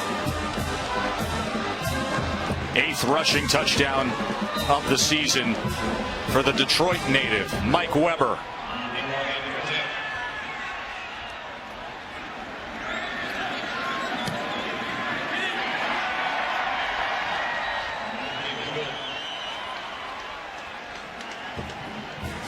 Well, after we gave you the Aflac answer, Mike Weber, as if on cue, went over 1,000 yards with this carry. And a few plays later gets the touchdown, and just perfect execution. Watch the linebackers split, and Weber goes right in between them for the touchdown.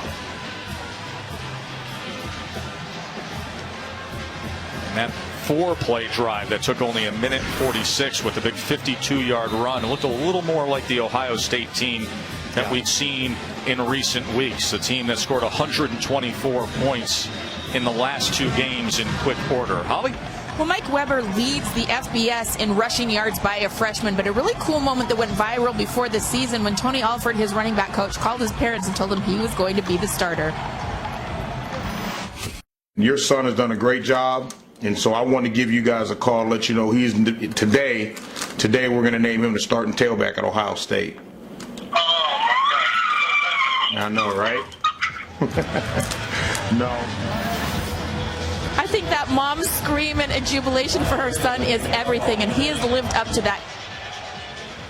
He has, Holly. It's thrilling for his mom, Tony, and his dad, Mike Sr., of course, from right here in Michigan, where many considered him perhaps the best running back to come out of Detroit high school football in a couple generations. And there's a fierce recruiting battle between Urban and the then newly hired Jim Harbaugh at Michigan for Mike Weber. As this is kicked out of bounds, let's go to the studio to Adnan. And as we've learned, anything can happen. That Indiana team gave Penn State a back-and-forth fight a week ago. Yeah, they can score. Do a lot of creative things on offense. You have to score to beat them. Be interesting to see Michigan with their new quarterback, John O'Corn, today. Who's had a lot of success earlier in his career, was battling for that position, and now has to step up with Spate injured. As this is complete to Medeiros. First completion to a wide receiver, I think, right? You know, they're going to count that tap pass to Shelton, yep, which drives me crazy in college football box scores, that a tap pass like that counts as a reception. But yes, the first true reception, undoubtedly, Todd. Well, the point is, Tyler O'Connor is going to have to hit a bunch more to wide receivers in this game, because they had run 8 plays before that for only 24 yards. That was an 8-yard gain. And good job by Chris Worley, but a better job of leg drive by L.J. Scott to move the chains. And that's a 230-pound running back running against a 230-pound linebacker.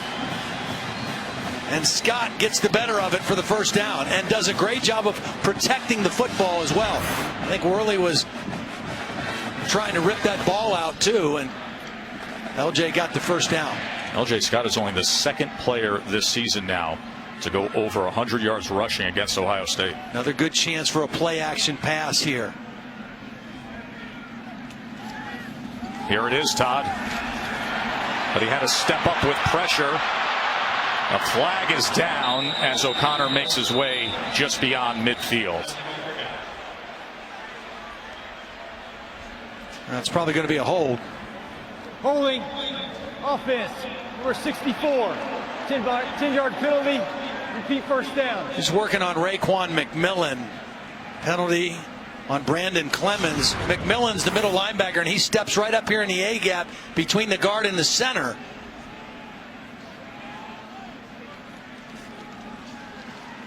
Kind of at the end of the play, Clemens grabs the jersey and doesn't allow McMillan to go after the quarterback. So that backs him up to a 1st and 20. McMillan coming off a double-digit tackle game, had a forced fumble and a sack last week. He's been so consistent and productive for this exceptional Buckeyes defense. They go a little orbit motion, try to come back and set up the screen to the near side, but that was blown up every which way. Jerome Baker getting involved.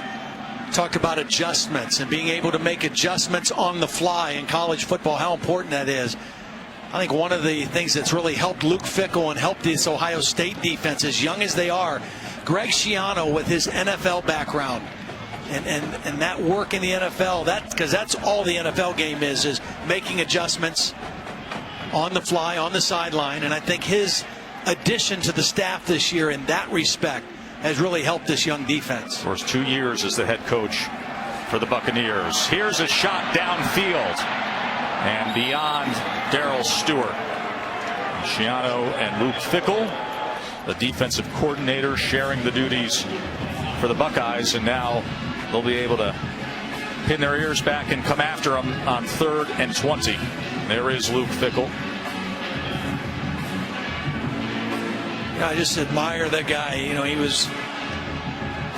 played at Ohio State, was on Jim Tressel's staff, coached a lot of different places, became a coordinator, became an interim head coach. Urban Meyer had no intention of keeping him when he first took the job, but fell in love with the kind of person he was. And Luke Fickell was an outstanding football coach. 3rd and 20. O'Connor pressured and goes down. Jalen Holmes, who left the game for a moment when he was slow to get up earlier, comes up with the tackle of O'Connor. Again, this defensive front, you don't have any dominant defensive linemen right now, but they are athletic, and this is their rushman package. Their 4 best pass rushers on the field at the same time. That's Hubbard, Holmes, Tyquan Lewis, and Nick Bosa. And Jalen Holmes gets the trip up. Hartbarger on to punt again. They're coming after him this time. They almost got to it. And he gets off a wobbly, choppy punt that just rolls dead at the 31. Just a 32-yard punt as Ohio State will take over from there. Well, your NFL Sunday can get started at 10 a.m. Eastern with NFL Insiders. Then at 11, it is Sunday NFL Countdown. And Monday Night Football is coming to you from Mexico City. Seen great reports already from Mexico City as we get you set for the Texans and Raiders, a historic moment, our Monday Night Football. And there are some great former players taking part in that game between the Texans and Raiders. Max Bulla, you see him there, of course. Riley, the middle linebacker here for Michigan State. And Connor Cook is on the Raiders. Of course, a 34-5 record as the 3-year starter here. Right now, it's the defense that needs to step up as Weber tries to continue his good-looking second half.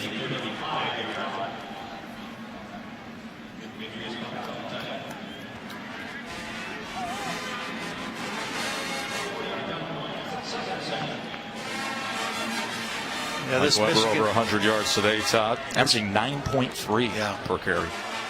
Michigan State defense just cannot afford to get much further behind Ohio State. Their offense kind of getting stuck a little bit here with this fast Ohio State defense. They got to keep the game right in this area. Barrett, he was pressured as he threw, and that is complete to Marcus Ball. Now I think they're going to rule it incomplete. As Bulla was applying the pressure. It's the second time we've seen Bulla get there on a delayed rush and gets there right as he's trying to throw the football. Watch 30. Gets right into the body of J.T. Barrett. Has to kind of throw with all arm. and doesn't make a good throw.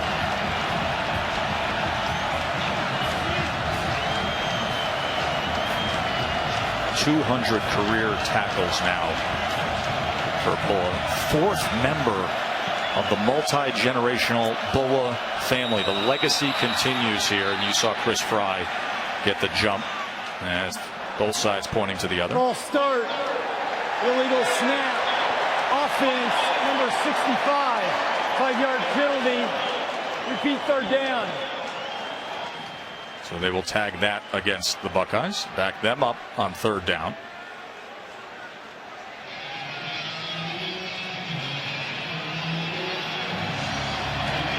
All three penalties on Ohio State have been on their offense. 3rd and 11. Can the Spartans get a stop here? Minus their best player, Malik McDowell, again today.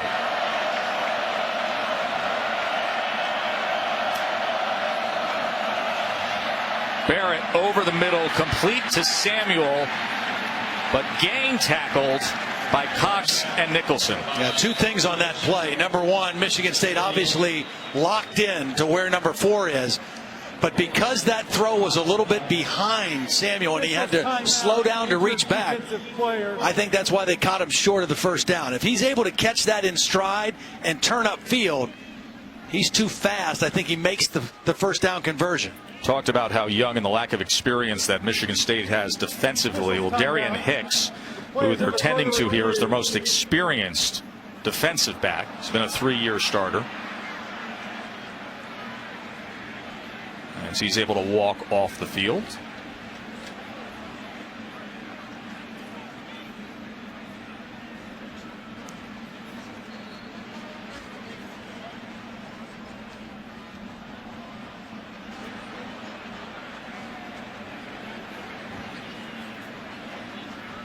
I think this is something that's new to college football in recent years, as we have a medical observation review. Bill Lamagnier, what can you detail for us on that? Well, it didn't look like there was any problem over the catch and the spot that they do it. There's no foul to play. Number 7 must leave for medical attention.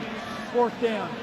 So they say number 7, Demetrius Cox, is going to have to leave the game here. One of the things that they're doing now when they have an injury in that, between the officials on the field and the replay booth and the medical observer, if there's any potential chance of an upper body injury, they're starting to review those now just to make sure there wasn't something with targeting involved, and as on that case there wasn't. Well, there's the contact between the receiver and the safety. Cox, just a slight pause at the end of the play. Just, hey, err on the side of caution. There's nothing wrong with that at all. I think it's a good thing that they've implemented with that. We're looking out to protect the players in the game. Absolutely. Got a grip on that face mask as well there. So Johnston on to punt.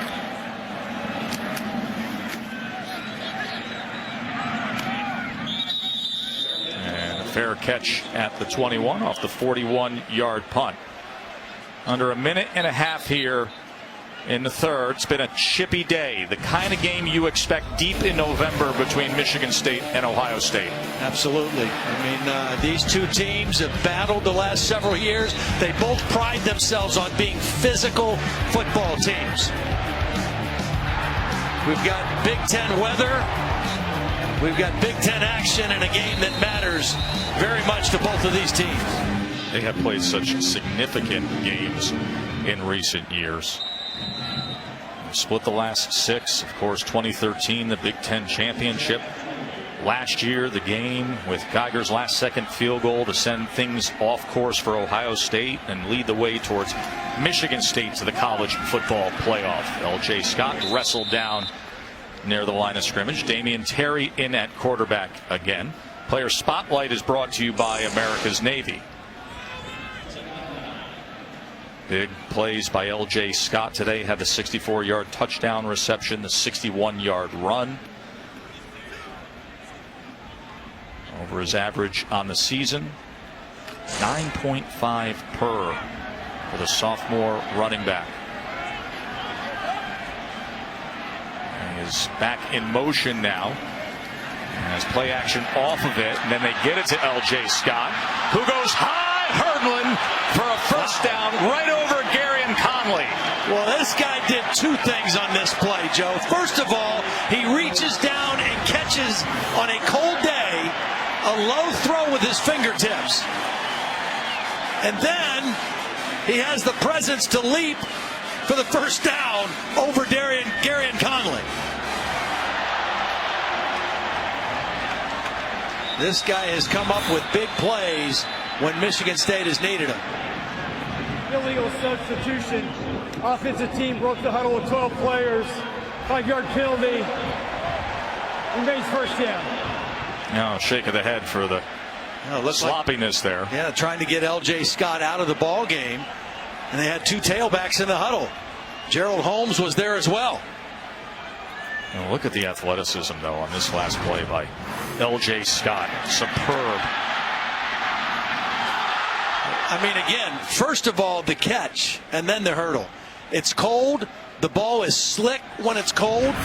It's snowing, and he reaches down and snatches it and then makes the play at the end of the catch. So Gerald Holmes in at running back now as they bring Line in as the fullback and motion Shelton. And they will give it to Holmes, and he's wrapped up by Worley. And that'll end the third quarter. Timeout on the field. As Mike Weber was able to break loose and then score it to give the #2 team in the country just a touchdown lead headed to the fourth.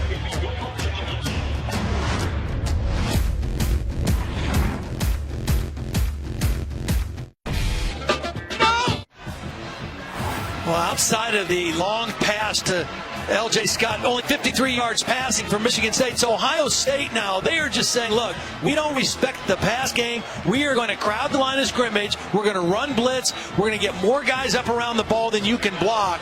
And we are going to force you to try to beat us throwing the football. Here's Damian Terry. As that throw was well off the mark. Joe Tessitore, Todd Blackledge, Holly Rowe with you here to start the fourth quarter at Spartan Stadium. #2 team in the country, only up a touchdown. These third and longs don't help if you're Michigan State's offense. You got to stay ahead of schedule so you don't play into the hands of this pass rush in this talented secondary. 3rd and 16 as Terry stays in as the quarterback. Michigan State has missed their last 5 third down conversion attempts.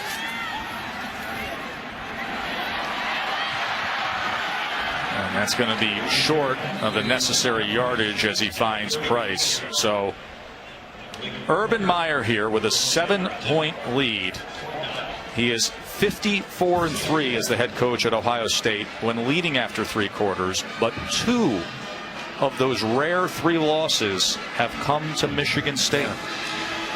Amazing record everywhere he's been. I think it's just as amazing. He's 2-2 against Michigan State and 36-1 against all other Big Ten opponents since he's been the head coach of the Buckeyes. This is a fake right here.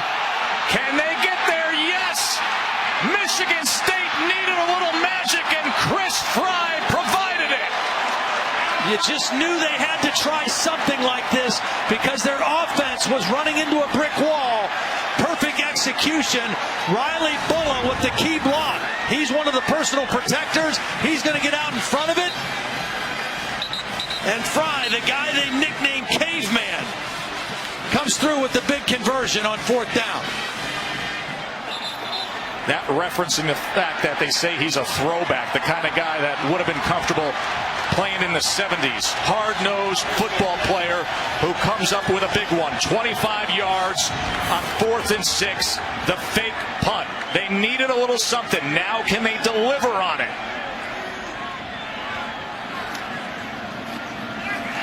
Gerald Holmes' flag is down as that front does well in finding Holmes, and the snow starts up here in the 4th quarter again. Holding, offense, number 64. 10-yard penalty, repeat first down. Again, it's Clements trying to contain Raekwon McMillan. Ohio State run blitzing with their inside linebackers, and the speed and quickness of these linebackers is causing a problem. Here's McMillan. He's going to time the snap. He's on a run blitz. And Clemens just instinctively reaches out and grabs him. Third offensive penalty for Michigan State this half. Damian Terry at quarterback in 1st and 20. End around here, R.J. Shelton. Well pursued. Staying at home was Jalen Holmes. Yeah, just perfect defense by Jalen Holmes.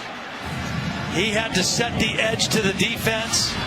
He didn't get fooled. Here he is right here on the edge. He's just going to stay right here and send it back inside.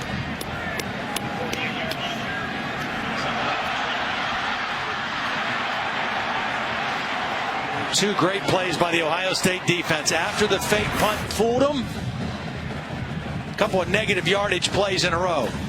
This defense has really stepped up here on these last 2 plays after that fake punt indeed.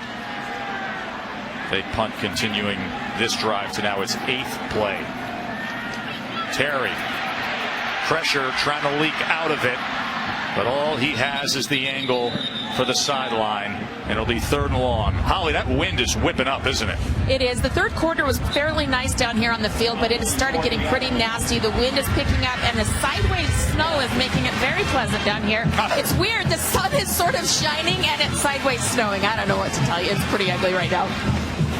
I'm going to send you down another one of those triple espresso shots, my friend. 3rd and 13. You can see that wind blowing the flurries side to side as the Spartans are going right into the teeth of it. Terry out of the gun, pressured down. They got to him, including Sam Hubbard and Tyquan Lewis. First sack of the game for Ohio State. Yeah, the two ends again, 3rd and long. They just pin their ears back. Lewis in a sprinter stance, Hubbard on this side, and it's a race to the quarterback. Hubbard had the easier task working on a tight end, but Tyquan Lewis was the first one there. You know, I sit there and I look at those last 3 plays, Todd, and I wonder, after you have the fake punt, the 25 yards, do you take a shot instead of what that call was on 1st down? And then you get backed up. Just would have set a different tone after such a risk-reward moment of what could have been for Michigan State. So Mark D'Antonio rolled the dice, but the Ohio State defense stepped up.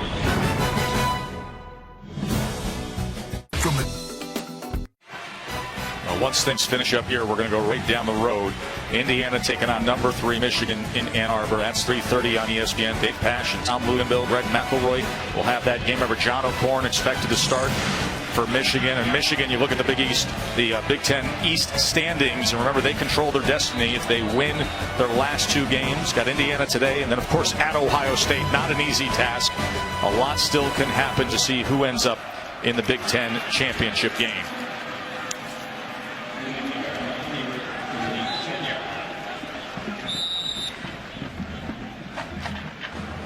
Panashuk with the tackle of J.T. Barrett.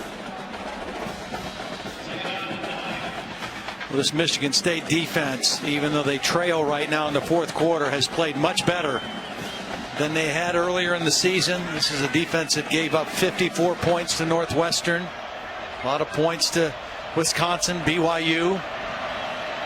And a defense that has struggled getting pressure on the quarterback for much of the year until the first half today, as Riley Bullock comes up with the tackle. Adnan, what's up? Well, Tess, want to tell you what's happening with Kansas State right now. They're facing Baylor. Donnie Starks, the interception of Zach Smith, and then more from a Wildcats team searching for their 6th win of the year on the road. This will be Alex Barnes. 2 yards out, his 3rd touchdown of the game. Currently, K-State has the lead. 5-14, it's over on ESPN2, Joe. Of course, the big one in the Big 12 will come tonight with Oklahoma at West Virginia. That is the primetime game on ABC. 3rd down and 5 here. Play clock's down to 3. Urban Meyer's going to have to call a timeout. And it hit double zeros. Yeah, J.T. Barrett lost track of the clock, trying to change the play at the line of scrimmage, and I think Urban Meyer got the timeout call. Timeout. Ohio State, their first. Timeout on the field. And we'll take that break and come back with the Buckeyes facing third down when we return. So Ohio State team that has 4 wins this year by over 50 points. Last 2 weeks, 62-3 apiece. But they've been in a fight all day with a familiar foe in recent years of these kinds of battles. 17-10 facing a 3rd and 5. They've missed on their last 4 third down attempts. 3rd and 5 for Barrett and company. Quick strike beyond Paris Campbell. Well, probably a catchable pass, but here's the problem. Paris Campbell would have been short of the first down if he makes that catch. I mean, he's got to know where the stick is and get beyond that so that if he does make the catch, it's a first down. He comes back. Yeah, it would have been close. It would have been very close. I saw where he ended up, but probably would have been close had he made the catch. Todd, instead it's their 2nd straight 3 and out. And I'll bring on Cameron Johnston, who has 13 punts over 50 yards this year. They could use one right here to flip this field. Well, even though Michigan State didn't capitalize on their fake punt, they should still get good field position. Rugby style boot. And it is fielded at about the 45-yard line. The ball came loose at the end, but they're going to likely mark him down right there. Just a 41-yard punt with no return. And that's where Michigan State will take over. 9.5 minutes to play. Timeout on the field. Will we have high drama here in East Lansing? Stick around. Joe Todd and Holly with you here. 9.5 minutes to play, and a number 2 team in the country only up a touchdown against a 3-win Michigan State squad. But that's the way it's been in recent years of this matchup. As you see the numbers there, some big efforts by L.J. Scott to help the total yardage mark for Michigan State. You know, this guy a year ago, Tyler O'Connor, Todd, they didn't ask a lot of him, but now maybe they need to down the stretch. Yeah, only 7 of 12 throwing it last year. L.J. Scott again gets loose, and a good chunk play for the Spartans. Well, it's been kind of get stuffed, and then hit a big play. L.J. Scott, watch the blocking here by the fullback and the tight end, Josiah Price. 2 big blocks there, and L.J. Scott off to the races again. And again, you've got to make some plays throwing the football. I think a great situation here for a play action and take a shot for Michigan State. Tyler O'Connor has got to step up and make some big time throws here in the 4th quarter. There's Scott. Another good turns it ahead inside the 25 for 6 well-earned yards. Michigan State could have got called for a hold on that time. Cole Chewins, the left tackle, pulled on it on that play and got away with one. They've gotten called for a couple holds already in this second half. But they're ahead of the sticks, which they have not been much with the football here this second half. 2nd and 4. See if they can stay on schedule trying to tie up this game. He gets to the edge. He'll have another first down, and he's inside the 15-yard line. Same play to the left that they ran earlier. Again, you've got the tight end and the fullback. Josiah Price, 82, the fullback. Prescott line out in front of the play. And they get to the edge on this Ohio State defense.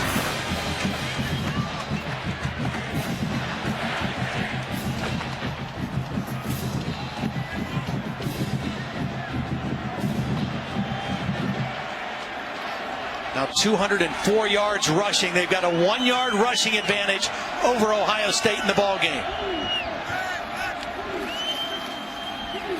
They're going to feed him.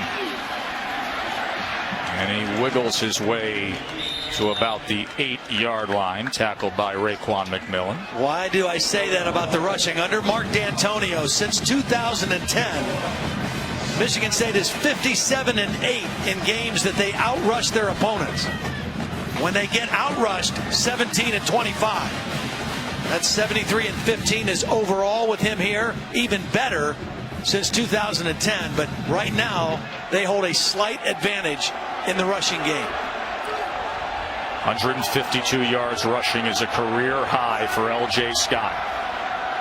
The number that matters now, though, is 7. Grabbing hold of a touchdown for the Spartans. He cuts back to the inside and tries to work his way to the 5-yard line. It'll be 3rd down from there.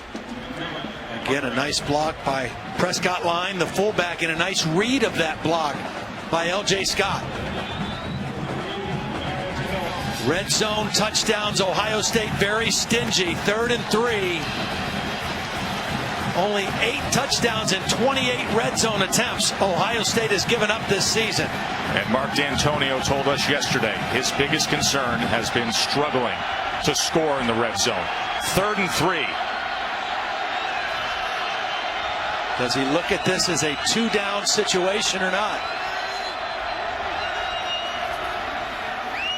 Scott. A little help from your friends for 1st and goal, Spartans. Well, again, you want to know where the ball is going on this drive? Follow Prescott line, number 45. Follow the fullback and watch L.J. Scott just get right on his backside and follow him towards that goal line. That is Michigan State power football.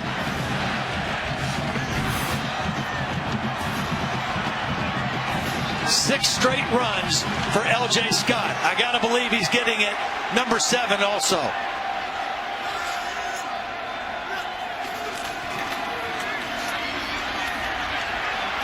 Stacked up a wall of Buckeyes, including Baker. Well, this play was made by number 67, Robert Landers. The smallest guy up there among all offense and defensive linemen. He got such quick penetration, he knocked the center over and right into the backfield. That was an incredible play by the freshman, Robert Landers. 2nd and goal. Under 5 minutes to play. Spartans looking to tie it up against the 2nd-ranked team in the country. And what do we have here? L.J. Scott.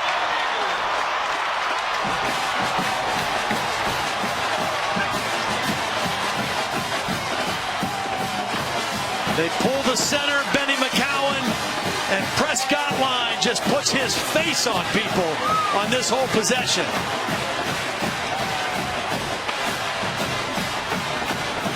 I think they're going for 2 here. Michael Geiger is not out on the field. With 4:41 to play, Mark D'Antonio is going for 2 to try to take the lead. Here it is, folks. Will we have disruption to the playoff rankings? O'Connor to the end zone. And that is intercepted. The 2-point conversion fails. Eric Smith corrals the ball. Well, they tried to get it quickly to Jamal Lyles, number 11. He was open for an instant, but this defense is so fast. Watch number 11. He's open right there, but he's not going to stay open very long. And the ball's intercepted. They give him credit for taking a chance.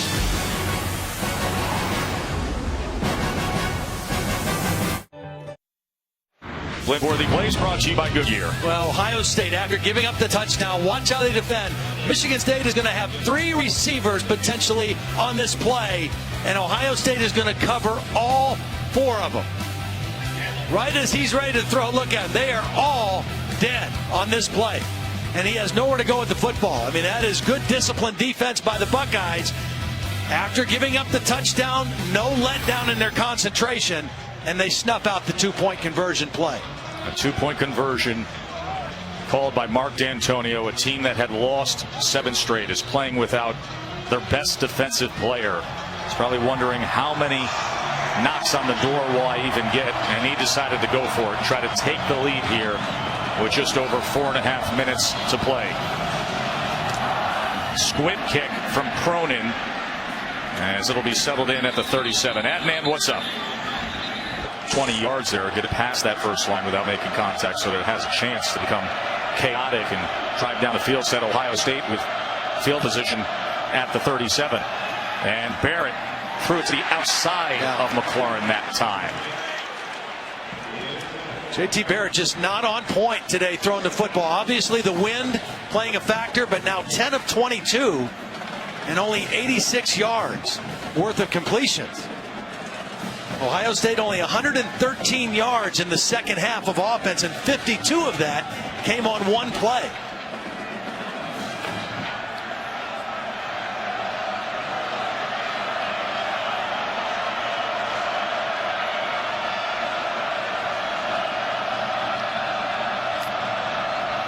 Second and 10, he will run it, as he was able to get some help from Weber on that cut block, and then Hicks makes the tackle. 8 yards there. Again, another nice crafty run, because Michigan State came with a corner blitz. It was blocked by the guard, Michael Jordan, but he stayed inside on that run play. Second time that Darian Hicks has stayed down at the end of a play, as the medical team is out there tending to him. You see him writhing in pain as they're out there.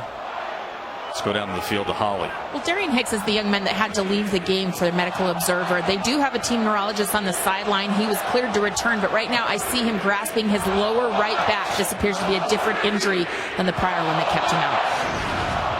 Here's what happened at the end of this tackle with Barrett.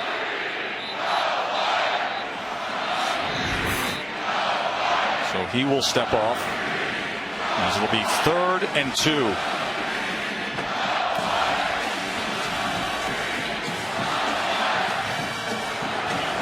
Michigan State with 2 true freshman corners in the game right now, in Corley and Lane, 29 and 39. That is Samuel in the slot to the top of your screen as the number 3 receiver, and it's going to be Barrett getting to the edge to midfield, and a first down, Ohio State. And that is the 4th time today that he has rushed for a first down on 3rd down. Yeah, he has not had a good day throwing it, but boy, has he been effective running it. 23 carries now, knows what he needs for the first down, gets north and south, see him protect that ball with both arms. Urban Meyer said he has been a tough guy, a great manager, and an on-schedule quarterback as good as he's had.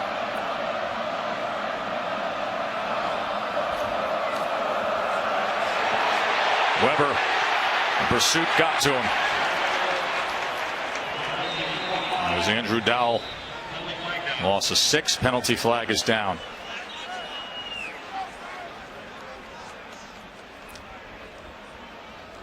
I think it's going to be a holding on Elflein again. Holding, offense, number 65. Penalties decline. 2nd down. Got to pull him out again in center. It's a tough thing to ask a center to do, to pull out in front of a play like this. It was well defended. That's excellent technique by Robert Bowers, number 91, to keep that outside arm free. And now it's 2nd down and long.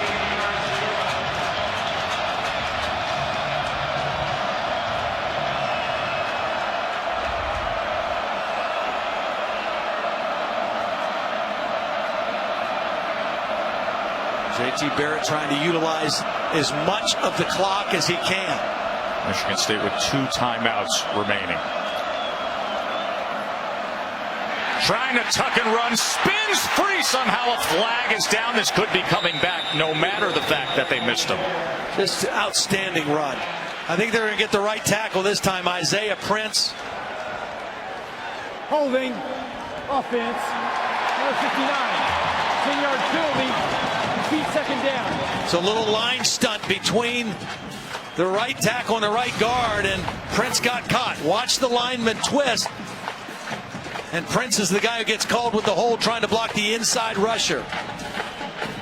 But again, the niftiness of J.T. Barrett as a runner, I mean, it's fascinating to me how good he is at eluding pressure and being effective as a runner.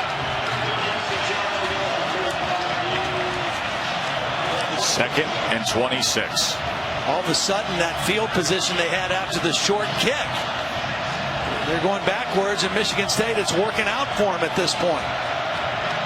Will they get the ball back? Can they manage the clock? Well, does Ohio State have a little something in them offensively? Here's Weber. So it'll be third down from there as Alexander comes up with the tackle. It's a big run. Big run by Weber. Timeout. Michigan State. Their second. So Michigan State will have one timeout remaining. And looking to come up with the stop here on third and long. Trailing by one because they went for the 2-point conversion and it was picked off. Reminder that tonight on ABC, it is a big one in the Big 12. Number 9 Oklahoma, number 14 West Virginia. Oklahoma unbeaten in conference play, still slim playoff chances. Skylar Howard's had an outstanding season. Baker Mayfield in recent polling is now number 2 in the Heisman race. And of course, with Lamar Jackson's stumble on Thursday night, perhaps the door is open if he can have an outstanding performance tonight.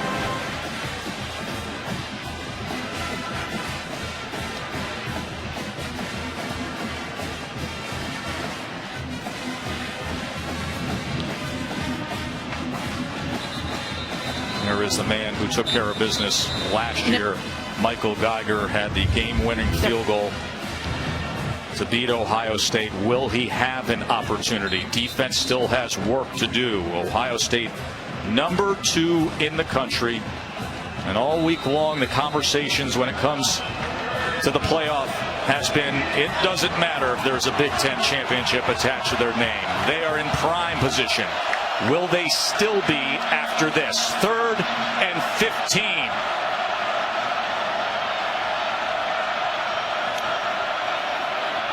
Barrett's going to run. And he is taken down well short. Demetrius Cox.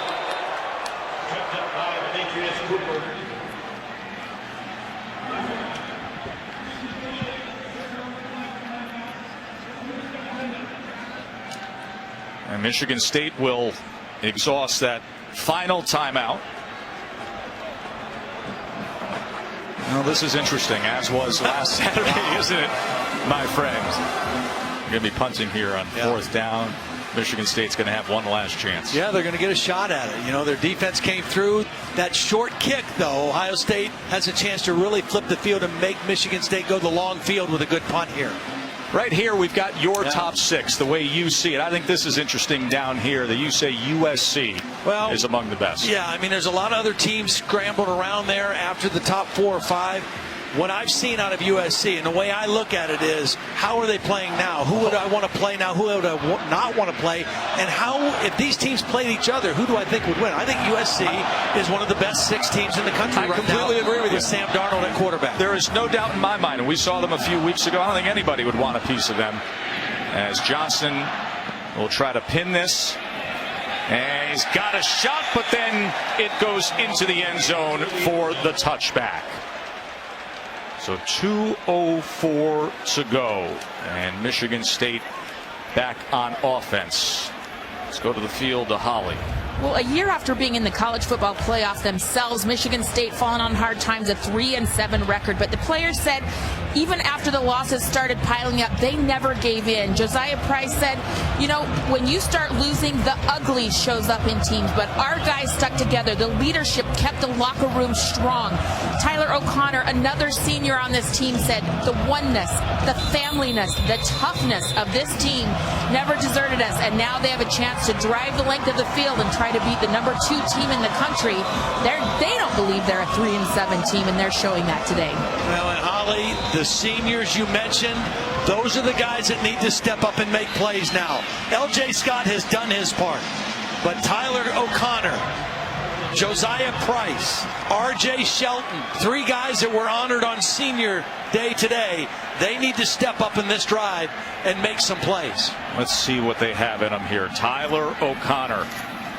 How will they start it off? Pressure, fumble, ball loose, still loose, fighting for it. I think O'Connor pulled it back in, but Tyquan Lewis disrupted everything, and the clock will count down with no timeouts remaining with Michigan State. Yeah, Cody Keeler, the right tackle, just got overmatched on that play. The speed rush. O'Connor now from inside his 5. That's a wobbly one downfield, and it is intercepted by Garyon Conley.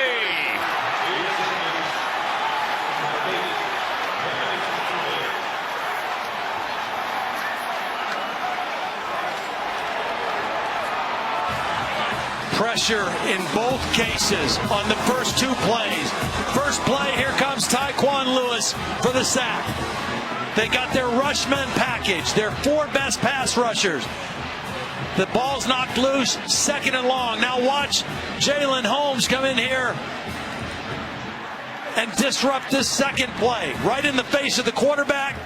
The ball's underthrown to the inside, and Garyon Conley with the 17th interception of the season for this Ohio State defense.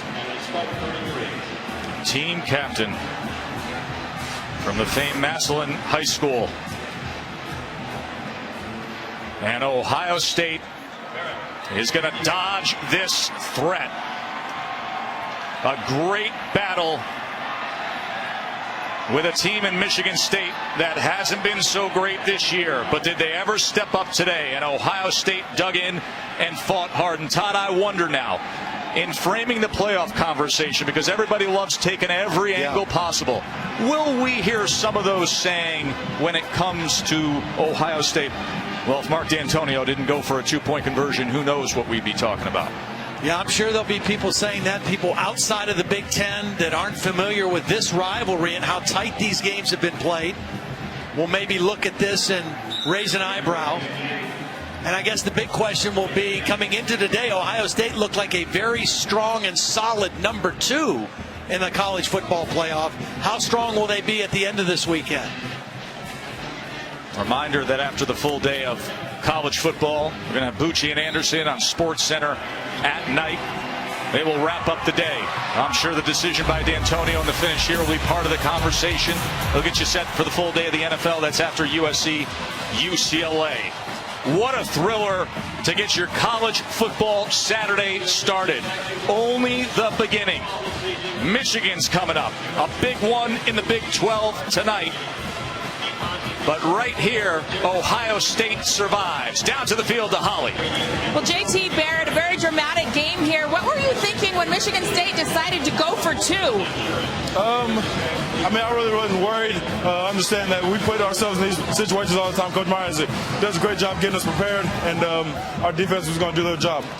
For you today, you had to be a great decision maker in these difficult conditions. How were you able to do such a great job running the ball and knowing when to give it up? That's something we practiced. We knew throughout the week that it was going to be rough coming up here playing this little snow. And the biggest thing was the wind. So just make sure, like you said, make great decisions and protect the football. I know Coach Myers said he has not addressed the college football playoff with any of you guys, but you know that now a game against Michigan looms large. How do you approach this week? We're going to face it like a rivalry game.